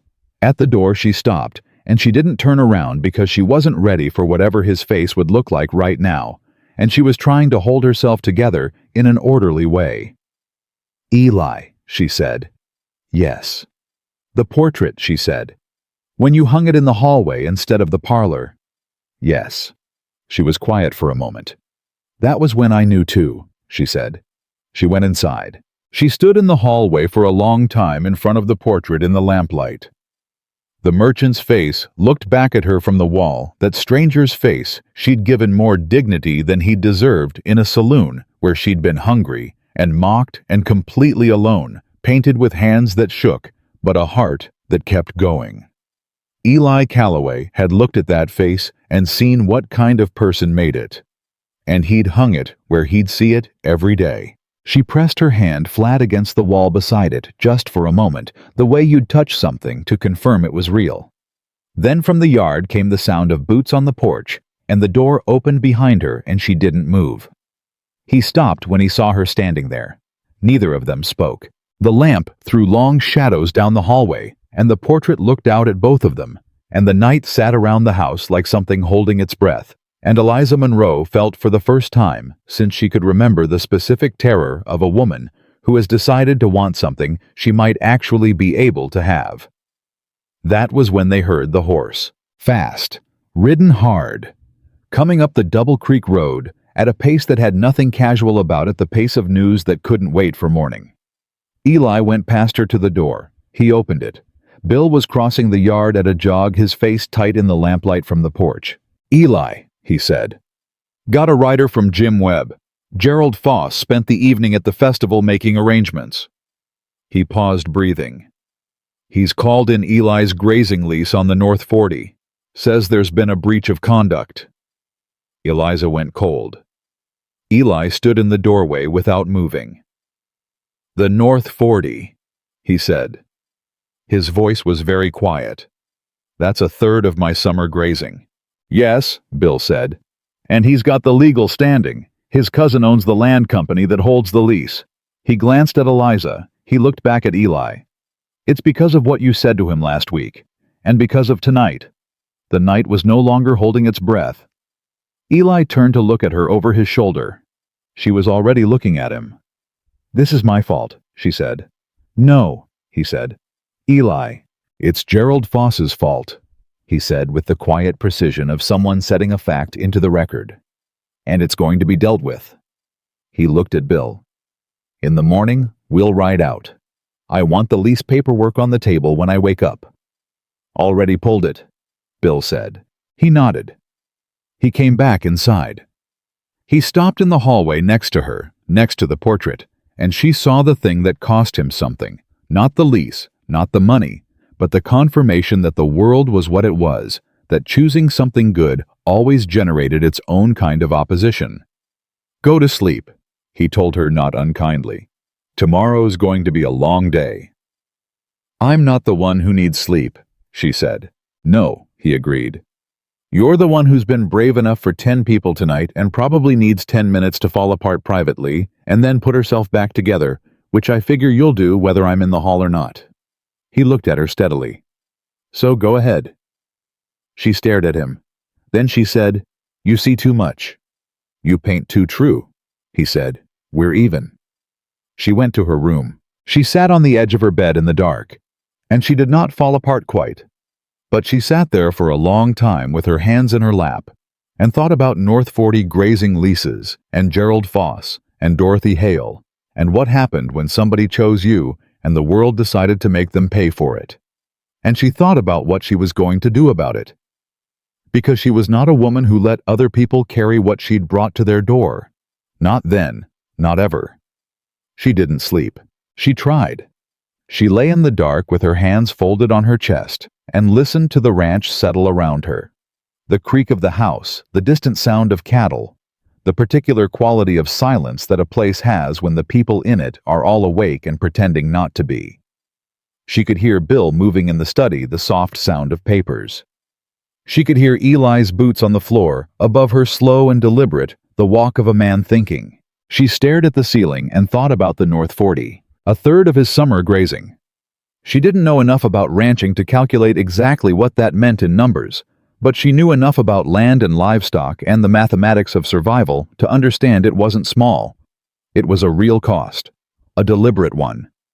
Gerald Foss had waited until the festival, until Eli had made his position publicly clear, and then he'd moved, which meant he'd been ready, which meant he'd planned it, which meant Dorothy Hale had told him to be ready. And the reason it had happened was standing in her shoes. She got up at 4 in the morning. She went to the kitchen and built the fire and started coffee and stood at the counter in the dark with her hands wrapped around a mug and thought with the particular clarity that comes from no sleep and too much at stake. She heard Eli come down at 4:30.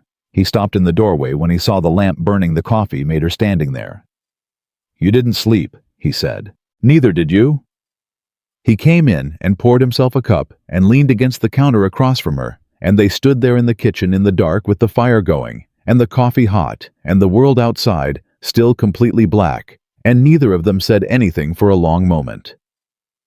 "Tell me about the lease," she said. He looked at her. You should be sleeping. Eli. Her voice was quiet but final. Tell me about the lease. He studied her for a moment, then set down the cup and crossed his arms. The North 40 is grazing land I've leased from the Silver Creek Land Company for 9 years, he said. It's adjacent to my property line. I've grazed 200 head there every summer. Without it, I'm moving cattle to the south pasture, which is already carrying close to its limit. He paused. I can manage. It'll be tight, but I can manage. The financial hit isn't what bothers me. What bothers you? He looked at her steadily. What bothers me is that a man used his legal position to punish someone for a decision I made. Foss doesn't care about the lease. He doesn't need the income from it. He pulled it because Dorothy told him to, and Dorothy did it because she wanted me to feel consequences, and the only way to make the consequences land is if they attach to something you care about. He paused again, and the pause had weight. So that's what he attached it to. She heard what he was saying underneath what he was saying. She let it sit there. I'm going into town this morning, she said. He went very still. No. Yes. She set down her own mug. Not for you. Not to fix what Foss did, because I probably can't fix that, and I'm not going to pretend otherwise. But there is something I can do, and I've been thinking about it all night, and I need you to trust me to do it. Eliza, you stepped back last night, she said, in the square, when I asked you to. You stepped back and gave me the floor, and you didn't take it back. She looked at him. I need you to do that again. The kitchen was very quiet. He looked at her for a long time with those gray eyes that saw things straight. What are you going to do? He said. I'm going to talk to Clara Webb. He was quiet another moment. All right, he said. She nodded. Now tell me what else is in that lease that Foss might have missed. He looked at her with a different expression than she'd seen before, a small recalibration, something shifting in how he was categorizing her, and she felt it with a particular satisfaction that she didn't let onto her face. He told her about the lease. He talked for 20 minutes, and she asked questions that were sharper than he expected, and by the time the sky outside was going gray and Bill came in for his coffee, they had mapped the entire thing out on the kitchen table with a piece of paper and a pencil, and Eliza had found 2 things in the lease language that Eli had not thought to look at because he'd been too close to it. Bill read over her shoulder and then looked at Eli and said, She's right. I know she's right, Eli said. You didn't see it. I know I didn't see it. She's been here 6 weeks and she found it in 20 minutes. Bill, Eli said, I'm just noting it. Note it quieter. Bill drank his coffee with the expression of a man who is noting things quietly.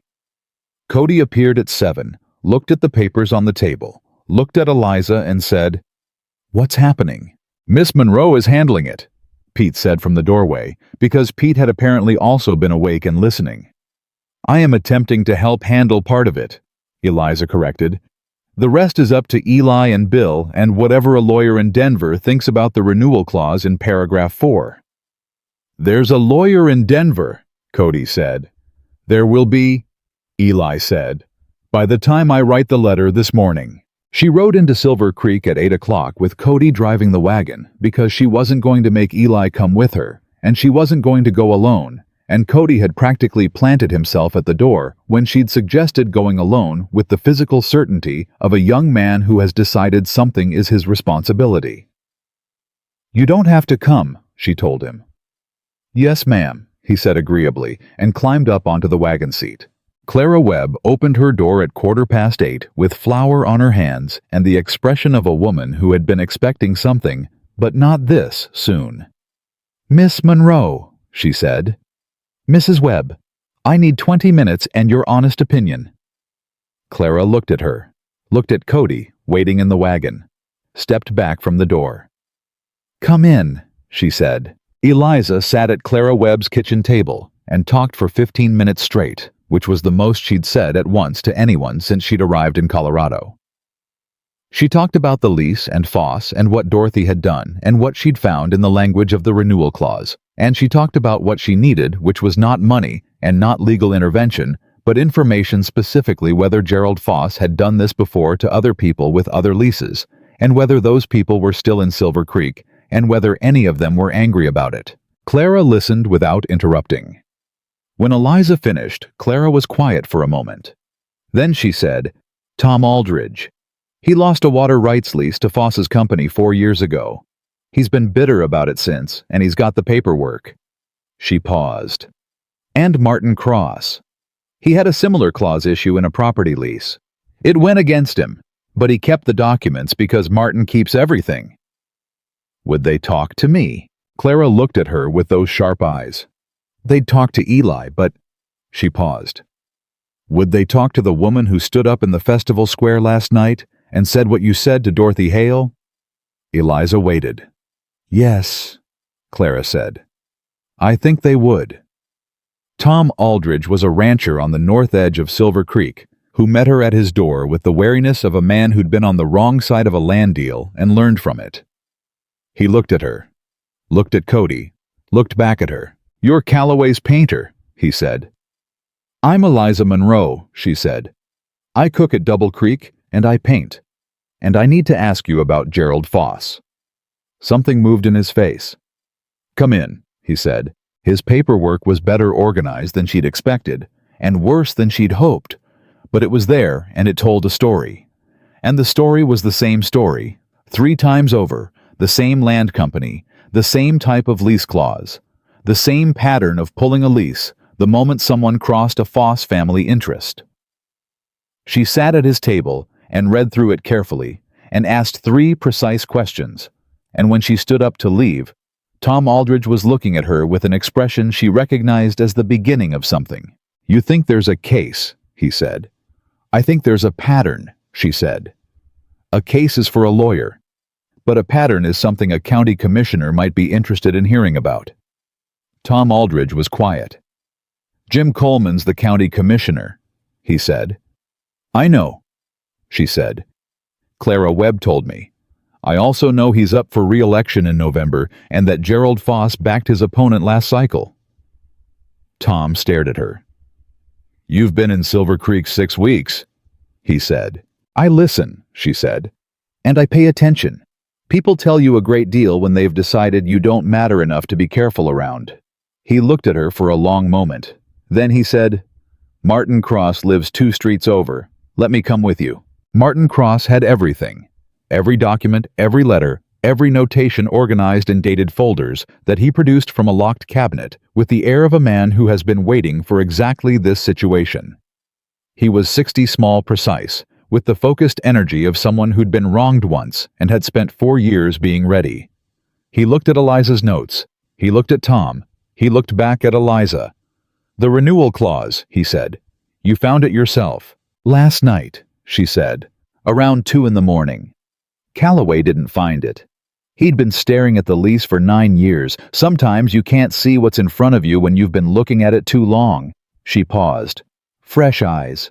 Martin made a sound that was not quite a laugh, but had the same bones. He went back to his documents. "If we bring this to Coleman," he said, "it needs to be organized, not 3 people with separate complaints. 1 presentation, documented, sequenced, clear." "I can do that," Eliza said. Both men looked at her. "I can organize information," she said. "I'm a painter. Composition is what I do. Give me this afternoon and I'll have something you can both review before dinner." Tom and Martin exchanged a look. "All right," Martin said. She was back at Double Creek by noon. Eli met her in the yard and she could see he'd been watching the road, though he would never have admitted it. He looked at her face, reading it the way he read everything directly without fuss. "Well," he said. "I need paper," she said. "A lot of it, and 4 hours." He stared at her. "Eliza." "Tom Aldridge and Martin Cross are coming for dinner," she said. "And tomorrow morning, I think you should ride to see Jim Coleman." A long pause. "The county commissioner," he said. "The county commissioner who doesn't like Gerald Foss," she said. and who, as it turns out, has been looking for an organized reason to look into the land company's leasing practices for about 3 years. He just hasn't had the documentation. She met his eyes. He's about to have it. Eli stood in the yard and looked at her. Then he said slowly, "You did all of this morning." "I had a lot of energy," she said. "I didn't sleep." He looked at her for another long moment, and the expression on his face was the one she still didn't have a word for, the one that had started in the hallway with the portrait, and kept arriving at unexpected moments and getting larger each time. "Papers in the study," he said. "Second drawer." She went inside. She worked for 4 hours. It was the same process as painting, she could see it that way, which helped. Start with what you have. Organize it by what it tells you. Find the through line, the thing that makes a viewer understand immediately what they're looking at, and build the image around that. She sequenced the 3 lease situations, chronologically noted the pattern in the clause language, documented the timeline of when each lease had been pulled, and what political or personal event had preceded each pulling by less than a week. She wrote it clean and clear, the way her father had taught her to write labels and signs, precise, readable, nothing wasted. By the time Tom and Martin arrived for dinner, she had 12 pages that told a story a commissioner could follow with one reading. She fed them first. That was not strategy. She just fed everyone who came into the kitchen. It was simply what she did. But she noticed that men talked more honestly over a good meal than they did across a table of papers. And by the time they moved to the papers, Tom Aldridge had stopped being wary, and Martin Cross had stopped being precise in the guarded way, and they were all 4 of them just people trying to fix something that was wrong. Bill sat in the corner and said nothing, and was completely indispensable. Eli read the 12 pages twice. He looked up at her. "This is good," he said. "The lease clause is good," she said. "I just organized it." "Don't do that," Tom said. She looked at him. "Don't minimize what you did," Tom said with the directness of a man who'd been watching her do it all day and had apparently decided to say something about it. "You came to my door this morning, and you saw what I had, and you knew what to do with it. That's not nothing." She was quiet. Martin said, "He's right." She looked at Eli. He was looking at her the way he'd been looking at the portrait on the first day, like he was seeing something exactly true and didn't want to look away from it. "All right," she said. Tom and Martin left at 8. Eli walked them out and came back and stood in the kitchen doorway and looked at her cleaning up, and she felt him there, the way she'd felt him in the hallway on the first day that particular presence. "Coleman will see me tomorrow," he said. "Clara Webb is going to send word tonight," she said. "He'll see you." A pause. "Eliza." She turned. "I need to say something," he said. "You said something last night," she said. "You don't need to say it again. I need to say something different." He came into the kitchen and stopped a few feet from her, and his face had the same quality it had had in the wagon, a man who has decided to say the true thing regardless of what it costs. "When I hired you, I told you I hired you for the cooking and the painting. And that was true. But I also told you I told myself that I wasn't looking for anything else. That I'd been careful since Martha, and that careful was working." He paused. It wasn't working. It was just quiet. And quiet had started to feel the same as fine. She held his gaze. "You didn't make it loud," he said. "You didn't come here trying to change anything. You just were what you are, and made breakfast, and painted the hallway, and stood up to Dorothy Hale, and learned about lease clauses at 2 in the morning, and somewhere in there, I stopped being careful and started being—" He stopped. "I don't know what word to use." "Alive," she said quietly. He looked at her. "Yeah," he said. "That." The kitchen was very still.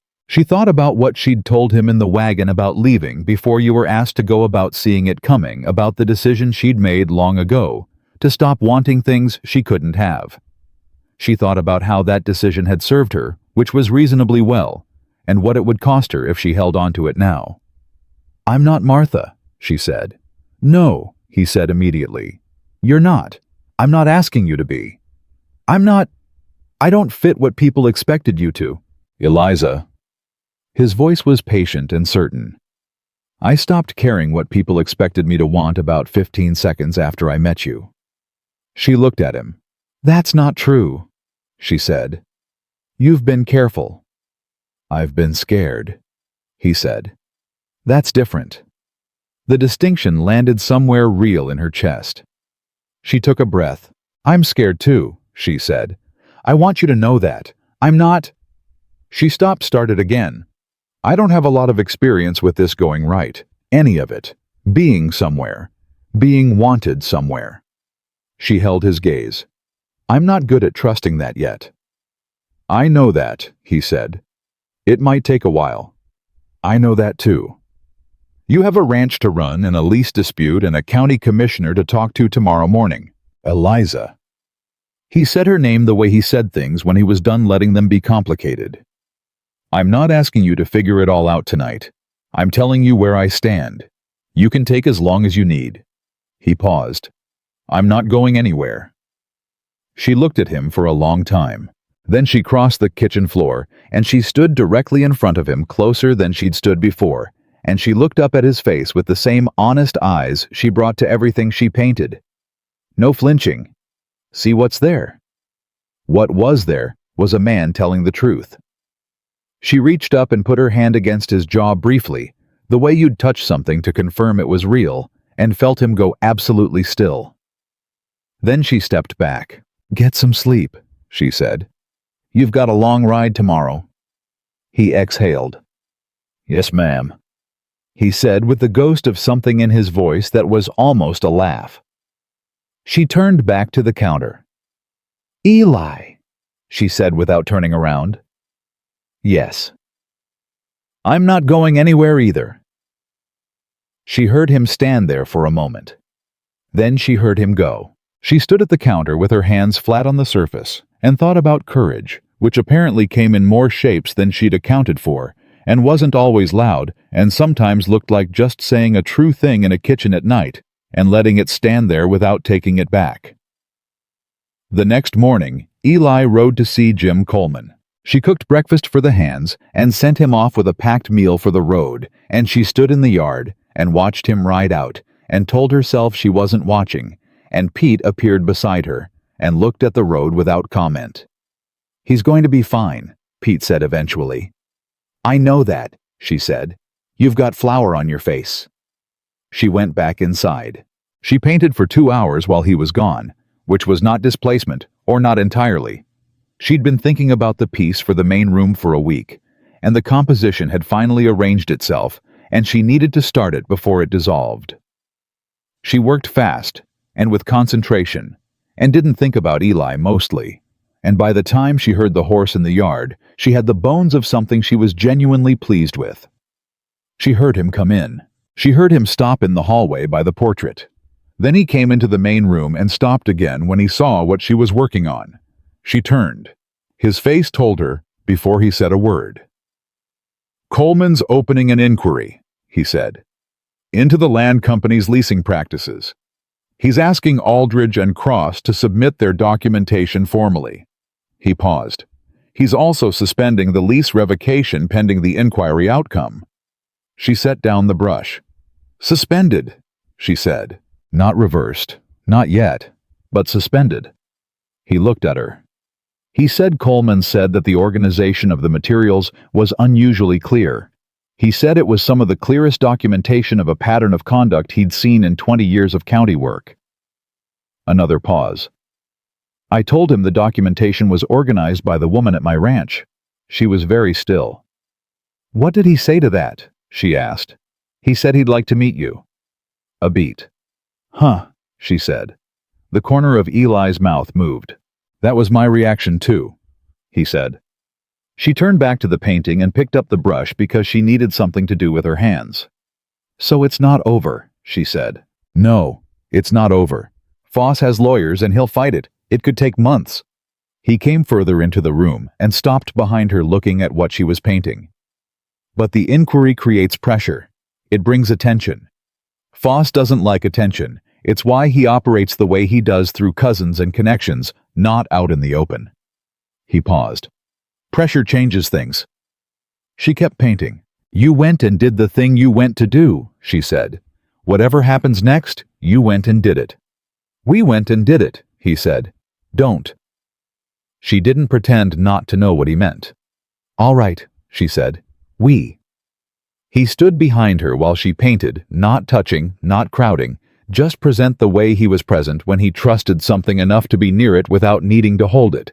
And she worked with the particular quality of focus that came when she wasn't alone in a room. After a while, he said, What's it going to be, the painting? She studied the canvas. The hallway's yours, she said. The kitchen's the men's. This one, she paused. This one's for both of us, I think. He didn't say anything for a moment. Both of us, he said. If that's all right. Eliza, he said with the kind of patience that had nothing tired in it. Everything in this house is all right with me if you're in it. She painted. She let that settle around her the way warmth settles when you've been cold for a long time. And the fire finally catches. Not dramatic, not sudden. Just the slow understanding that the cold is over. That you don't have to brace against it anymore. That the temperature has changed. And this is simply what warm feels like. Outside, she could hear Cody and Pete doing something in the yard that involved a great deal of clanking and at least one argument about the correct way to fix whatever they were fixing. She could smell the bread she'd put in the oven before she started painting. She could hear Bill in the study, the scratch of his pen. This house, she thought. This loud, ordinary, imperfect, genuine house. She painted it the way it felt from the inside. The inquiry took 6 weeks. 6 weeks of Eli riding to Coleman's office of lawyers' letters arriving at the ranch, and Bill reading them at the kitchen table, with the expression of a man diffusing something of Tom Aldridge and Martin Cross coming for dinner twice more, and leaving with organized paperwork that Eliza had spent her evenings preparing because it was the thing she could do, and she was not built for waiting without doing. 6 weeks of the ranch continuing to be a ranch, cattle and fences and early mornings, and Cody's ongoing argument with a particular gate latch that he was losing. While underneath all of it, the weight of what Foss might do next sat in every room, like weather coming. She painted through all of it. The main room painting was finished in the 3rd week, and when she stepped back from it and looked at it honestly, she knew it was the best thing she'd ever made. Not because the technique was exceptional, though it was, but because she'd painted it from the inside of something real, rather than from the outside of something observed. And that difference showed up in the work. The way it always did in ways she couldn't entirely explain but could always see. Eli stood in front of it for a long time the evening she finished. He didn't say beautiful. He didn't say extraordinary. He said, You painted it like home. It is home, she said, and then heard what she'd said and felt the words settle into her like it had been waiting. He looked at her over his shoulder. She looked back. Yes, he said. It is. That was the 3rd week. The 4th week, Dorothy Hale came to the ranch. Eliza was in the kitchen when she heard the horse in the yard, and then Cody's voice surprised, a little alarmed, and then a woman's voice she recognized before she'd even gotten to the window. She went to the front door. Dorothy Hale stood in the yard in her good clothes with her horse tied to the post and her chin at the angle of a woman who has made a decision and is committed to it regardless of how she feels about it. She looked at Eliza in the doorway, and something moved across her face that wasn't quite an apology and wasn't quite not one. Miss Monroe, she said. Miss Hale. Eliza leaned against the doorframe. Eli isn't here. I know. I saw him ride toward town. A pause. I came to see you. Eliza looked at her. Come in, she said. She didn't know what made her say it. Maybe the same instinct that made her give people their best selves in portraits, the sense that most people, when treated as if they were capable of being better than their worst moments, sometimes became it. Dorothy came into the kitchen and stood looking at the walls, at the painting in the corridor she could see from the doorway, with an expression that was doing several things at once. Clara Webb told me about what you did, Dorothy said, with the lease, Aldridge and Cross. Clara talks, Eliza said. Clara's right about most things, Dorothy said, which clearly cost her something to admit. She looked at Eliza directly, which also clearly cost her something. I want to say something, and I want to say it before Gerald's situation resolves, so you understand. I'm not saying it because of that. Eliza waited. What I said at the festival, Dorothy said. What I said in the store. It was... She stopped. Started again with the precision of someone choosing words carefully because they mean to be accountable to them. It wasn't about you. Not really. That doesn't make it right. But I want you to know that what I said was about what I was afraid of losing, which I suppose I was never going to have to begin with, and that when I said it about you specifically... Another pause. I knew it wasn't true. I said it anyway. That's worse than not knowing. The kitchen was very quiet. It is worse, Eliza said. Dorothy held her gaze without flinching. Yes. Why are you telling me this? Dorothy was quiet for a moment. Because Clara Webb has decided you're worth knowing, and Clara is not wrong about people, and I have spent the last 3 weeks seeing what you actually are, rather than what I needed you to be. She looked at the corridor painting again briefly. And because what you said in the square be accurate, I've been hearing it every day since, in my own voice. She looked back at Eliza. I haven't been accurate about you. I'd like to correct that. Eliza stood at the counter and looked at Dorothy Hale, who was not a simple woman, and not a kind one in the automatic way of some women, but who was standing here in her good clothes saying a hard thing because she'd decided it needed saying, and that was something. All right, Eliza said. Dorothy blinked. All right. Would you like coffee? A very long pause. Yes, Dorothy said. Thank you.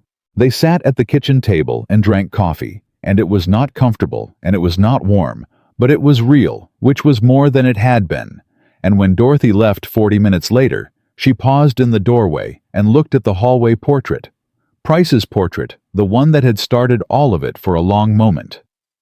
You painted that in a saloon, Dorothy said, when you hadn't eaten. Yes. And it's the best painting I've seen outside of Denver. Thank you, Eliza said. Dorothy looked at her. You're going to stay. Yes, Eliza said. I am. Dorothy nodded once and left. Eliza stood at the door and watched her ride away and thought about what her father had told her once when she was 12, and a girl at school had been unkind and then later contrite. Some people take a while to see what's in front of them. That doesn't mean they can't see it eventually. Don't close the door before they get there. She'd closed a lot of doors in her life out of self-protection. She was trying to leave this one open. The 6th week the inquiry concluded. She was on the ladder in the main room, making a correction to the upper right corner of the big painting, a color shift she'd been intending to fix for 2 weeks, when she heard the horses come into the yard faster than usual. She heard Eli's voice, and Bill's, and another voice she didn't recognize, and she came down from the ladder and went to the window. 3 men in the yard. Eli, Bill. A third man she didn't know with the paper and ink quality of someone who worked indoors professionally. She went to the kitchen and put water on. They came in 5 minutes later, all 3 of them tracking dust, and the third man had the satisfied expression of someone delivering something they're pleased to deliver. This is Harris, Eli said. He's Coleman's clerk. Harris set a document on the kitchen table. The inquiry found sufficient evidence of a pattern of bad faith lease revocations by the Silver Creek Land Company, Harris said with the practiced efficiency of someone who'd read this language 3 times already today. The commissioner is recommending censure of Gerald Foss personally, and the revocation of Double Creek's North 40 lease has been reversed and reinstated with a 10-year renewal. He paused. The land company has 30 days to comply or face further action. The kitchen was completely silent. Then Cody, who had appeared in the doorway at some point, said, "Yes," with a volume that made Harris jump slightly. Bill said nothing, but he put down the coffee cup he'd been holding and rubbed his face with both hands in the way of a man who has been carrying something heavy for 6 weeks and has just been allowed to set it down. Eli looked at Eliza. She looked at the document on the table, at the language about the pattern of bad faith revocations, at the 10-year renewal. 10 years, she said. 10 years, Eli said. She thought about 12 pages organized at the kitchen table in the middle of the night. About Tom Aldridge opening his door warily and then opening it all the way. About Martin Cross and his locked cabinet and 4 years of documented grievance. About Coleman saying the documentation was some of the clearest he'd seen. "Good," she said. Harris left with his document. Bill went to tell the hands. Cody made noise in the yard that startled the horses, and Eli stood in the kitchen with Eliza in the quiet after the news had landed, and she could feel him looking at her in the particular way he looked at things when he was deciding how to be precise. "Eliza," he said. "Don't say I told you so," she said. "I wasn't going to say that. Don't say thank you in a way that makes it sound like I did this for you." He was quiet a moment. "What did you do it for?" She looked at him. "Because it was wrong. And because I could see how to fix part of it. And because—" She stopped. Said the true thing because she'd decided true things were what this kitchen was for. "Because you didn't make me feel like I was temporary. And I don't know how to not fight for things I'm not willing to lose." He held her gaze. "You're not temporary," he said. "I know that now." "Did you know it before?" "I was starting to," she said. "I was learning to believe it." He crossed the kitchen floor. He stopped directly in front of her, close the way he hadn't let himself be, before the careful distance finally closed, and she tipped her head back to look at him. And he looked at her with the gray eyes that had never once looked at her with anything but what she actually was. "I'd like to ask you something," he said. "Ask," she said. "Not today," he said. "Not right now when it's all still loud." He paused. "But soon." She understood what he meant. She felt it somewhere so fundamental that it didn't have a location, just a fact the way some true things don't live in any particular part of you, but all of you at once. "All right," she said. "You know what I'm going to ask." "Yes," she said. And I said, "All right, Eli," and something happened in his face. Not the ghost of a smile, not the controlled version, the real thing, full and unguarded, the face of a man who had been careful for 6 years and had just laid it down. She had never seen him look like that before. She thought she would like to see it again. He went to find Bill, and she turned back to the stove, and she stood there for a moment with her hands on the counter and the late afternoon light doing what light did at Double Creek at this hour. And she thought about a saloon in Silver Creek, and a paintbrush on the floor, and 50 cents on the counter, and how thin the line was between one life and another, and how you could cross it without realizing going into a situation as one version of yourself and coming out the other side as someone who had found where they were supposed to be. 3 days later, on a Sunday morning, she was painting in the south pasture. She'd ridden out alone with her kit, which she did now as a matter of course. The south pasture light was still doing what it had been doing since August, and she'd been wanting to paint it in September for a month. She had the canvas set up, and she was working fast, because the morning light moved fast, and you had to keep up, or you'd lose it, and she was so focused that she didn't hear the horse until it was close. She turned. "Eli." He dismounted and walked toward her, and she turned back to the canvas and kept working because the light was right, and she wasn't going to lose it even for him, and she heard him come to stand behind her, and he was quiet and patient, and let her finish the section she was working on. When she paused to reload the brush, he said, "I brought something."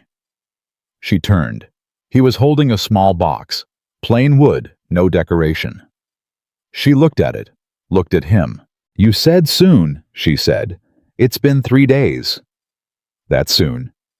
"I've been patient for 6 years," he said. 3 days is sufficient."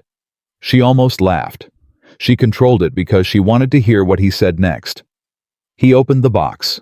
Inside was a ring, not elaborate, not the kind of thing bought to impress, but a simple band, with a small inset stone, the color of good water on a clear day, and she knew, without asking, that it had been chosen with the same quality of attention he brought to everything which was complete and honest and without performance. "It was my grandmother's," he said. "She wore it for 40 years. She told me it was only worth giving to someone you intended to spend 40 years being true to." He paused. "I haven't had anyone to give it to until now." She looked at the ring. She thought about being 23 years old and hungry in a saloon, and the specific way hope had felt like a liability for most of her life. Something she'd learned to budget carefully because spending too much of it on the wrong thing left you with nothing. "Eli," she said. "Yes." "If I say yes." "When you say yes," he said. Not arrogance. Certainty, which was different, which was the kind that came from knowing yourself rather than dismissing the other person. She looked at him. "When I say yes," she said, and felt the correction in her own mouth like something setting properly into place. "Silver Creek is going to talk." "Silver Creek has been talking since the day I hired you," he said. "It hasn't stopped anything yet." "Dorothy Hale. Dorothy came to see me last week," he said. "She said she'd been unfair to you. She said she was sorry." A pause. "She also said, and I'm quoting her directly, that any man too stupid to see what he had in you deserved to lose it. She said she was telling me for my own benefit." Eliza stared at him. "Dorothy said that." "Dorothy said that. I thought you should know." She looked at the ring. She looked at the south pasture and the light she'd been trying to paint for 2 months and kept getting closer to, but hadn't quite gotten, because light that good was almost impossible to catch, and sometimes you had to keep coming back to it season after season until you'd learned it well enough to put it down true. She held out her hand. He took it. He looked at her with the gray eyes steady and direct. He waited. "Yes," she said. He put the ring on her finger. She looked at it there, her broad paint-stained, capable hand, the ring sitting on it like it had been sized for exactly this, and she thought about her father and her mother and the traveling bag and the 50 cents and all the doors that had closed in Silver Creek before this one opened. "It fits," she said. "I had Clara Webb help me guess the size," he said. "Clara knew. Clara knows everything," he said. "I've accepted this." She laughed. This time, she let it come full and real, the kind of laugh that lives in a body that has stopped bracing itself, and he was smiling again with the full, unguarded version, and the south pasture light was doing exactly what it did, and she thought, "This is what I've been trying to paint. This particular quality. This." She picked up her brush. He looked at her. "You're going to keep painting," he said. "The light is right," she said. He sat down on the grass behind her. She painted. He stayed. They were there for 2 hours, the two of them in the south pasture, her working, and him watching with the easy patience of a man who understood that some things needed time and attention and shouldn't be hurried. And by the time she cleaned the brush and stepped back, she had something she hadn't quite managed in 2 months of trying the light exactly as it was honest and warm and particular to this piece of land at this hour. Nothing idealized, nothing invented, just true. "There it is," she said quietly. He came to stand beside her. He looked at the painting. He put his arm around her, and she let it settle there, and they stood in the south pasture of Double Creek Ranch in September of 1883, and looked at what she'd made, which was the best thing she'd ever painted, and she knew it, and he knew it, and neither of them said so, because some things are complete without being spoken. They rode back to the ranch together. The hands were in the yard when they came in, Cody and Pete and Hector, and the others doing the ordinary work of an ordinary afternoon, and Eliza dismounted and stood in the yard with the ring on her hand and her paint kit over her shoulder. And Cody was the first to notice, because Cody was always watching, and he stopped what he was doing and looked at her hand and looked at Eli and made a sound that he immediately turned into something that was technically not a celebration, but was clearly a celebration. Pete looked at the ring, looked at Eli, looked at Eliza. "Took long enough," Pete said. "Pete," Eli said. "I'm just saying." "I know what you're saying." 11 years I've watched you be careful," Pete said without apology or ornamentation. "That's a long time to be careful." Hector said nothing. He took his hat off briefly, then put it back on, which from Hector was a standing ovation. Bill appeared from the study doorway, looked at the yard, looked at Eliza's hand, looked at Eli. "Finally," he said. "Bill." "No," Bill said. "I've been waiting 3 years for you to stop lying to yourself, and then this woman walks through the door, and in 6 weeks you're—" He stopped. shook his head. "Finally," he said again, and went back into the study. Eliza looked at Eli. Eli looked at the study doorway. "He's been waiting 3 years," she said. "He's been telling me for 3 years," Eli said. "I wasn't listening." "What changed?" He looked at her. "You painted the hallway," he said. "And then you painted the kitchen corridor, and then the main room. And every single thing you painted was exactly what was in front of you. No flattery, no pretending things were prettier than they were, no making it something it wasn't. Just exactly what was true." He paused. "I figured a woman who painted like that deserved to be told the truth back." She stood in the yard of Double Creek Ranch with the September sun on her face, and the ring on her finger, and the South Pasture painting under her arm, and these people around her. Cody beaming, Pete pretending not to, Hector's hat tip, Bill through the window, pretending to work, and she felt something she could not have painted yet, not because it was too complicated, but because it was too new, too warm, too much the thing she'd spent years deciding she didn't get to have. She would learn it, though. She would learn the shape of it the way she learned every light by coming back to it season after season, paying attention, not looking away. She was good at that. 2 weeks later, Clara Webb gave a dinner. She said it was to celebrate the inquiry resolution and the censure of Gerald Foss, which was true as far as it went. She invited Tom Aldridge and Martin Cross and their wives, and Jim Coleman and Eli and Eliza, and half a dozen others, who Clara had decided were part of the story one way or another. She set her best table and cooked for 2 days, and when Eliza arrived and saw the effort, she pulled Clara aside and said, "You didn't have to do all of this." "I know I didn't have to," Clara said with the precision of a woman who does exactly what she means to do. "I wanted to. There's a difference." She looked at Eliza's ring with unconcealed satisfaction. "Jim told me yesterday. I pretended I didn't know already." "You already knew." "Eli came to ask my opinion of the ring size 2 weeks before he asked you," Clara said. "I gave him my opinion and told him he'd better not wait too long." She paused. "He didn't wait too long." 3 days, Eliza said. "Good," Clara said, and went back to her kitchen. At dinner, Jim Coleman raised a glass. He was a plain-spoken man who chose his words the way Eliza chose colors for accuracy, not decoration, and he said, "To the people in this room who refuse to accept that the way things have always been done is the same as the way things should be done, and to the woman who organized 12 pages at 2 in the morning that made it impossible to ignore." He looked at Eliza. Around the table, glasses went up.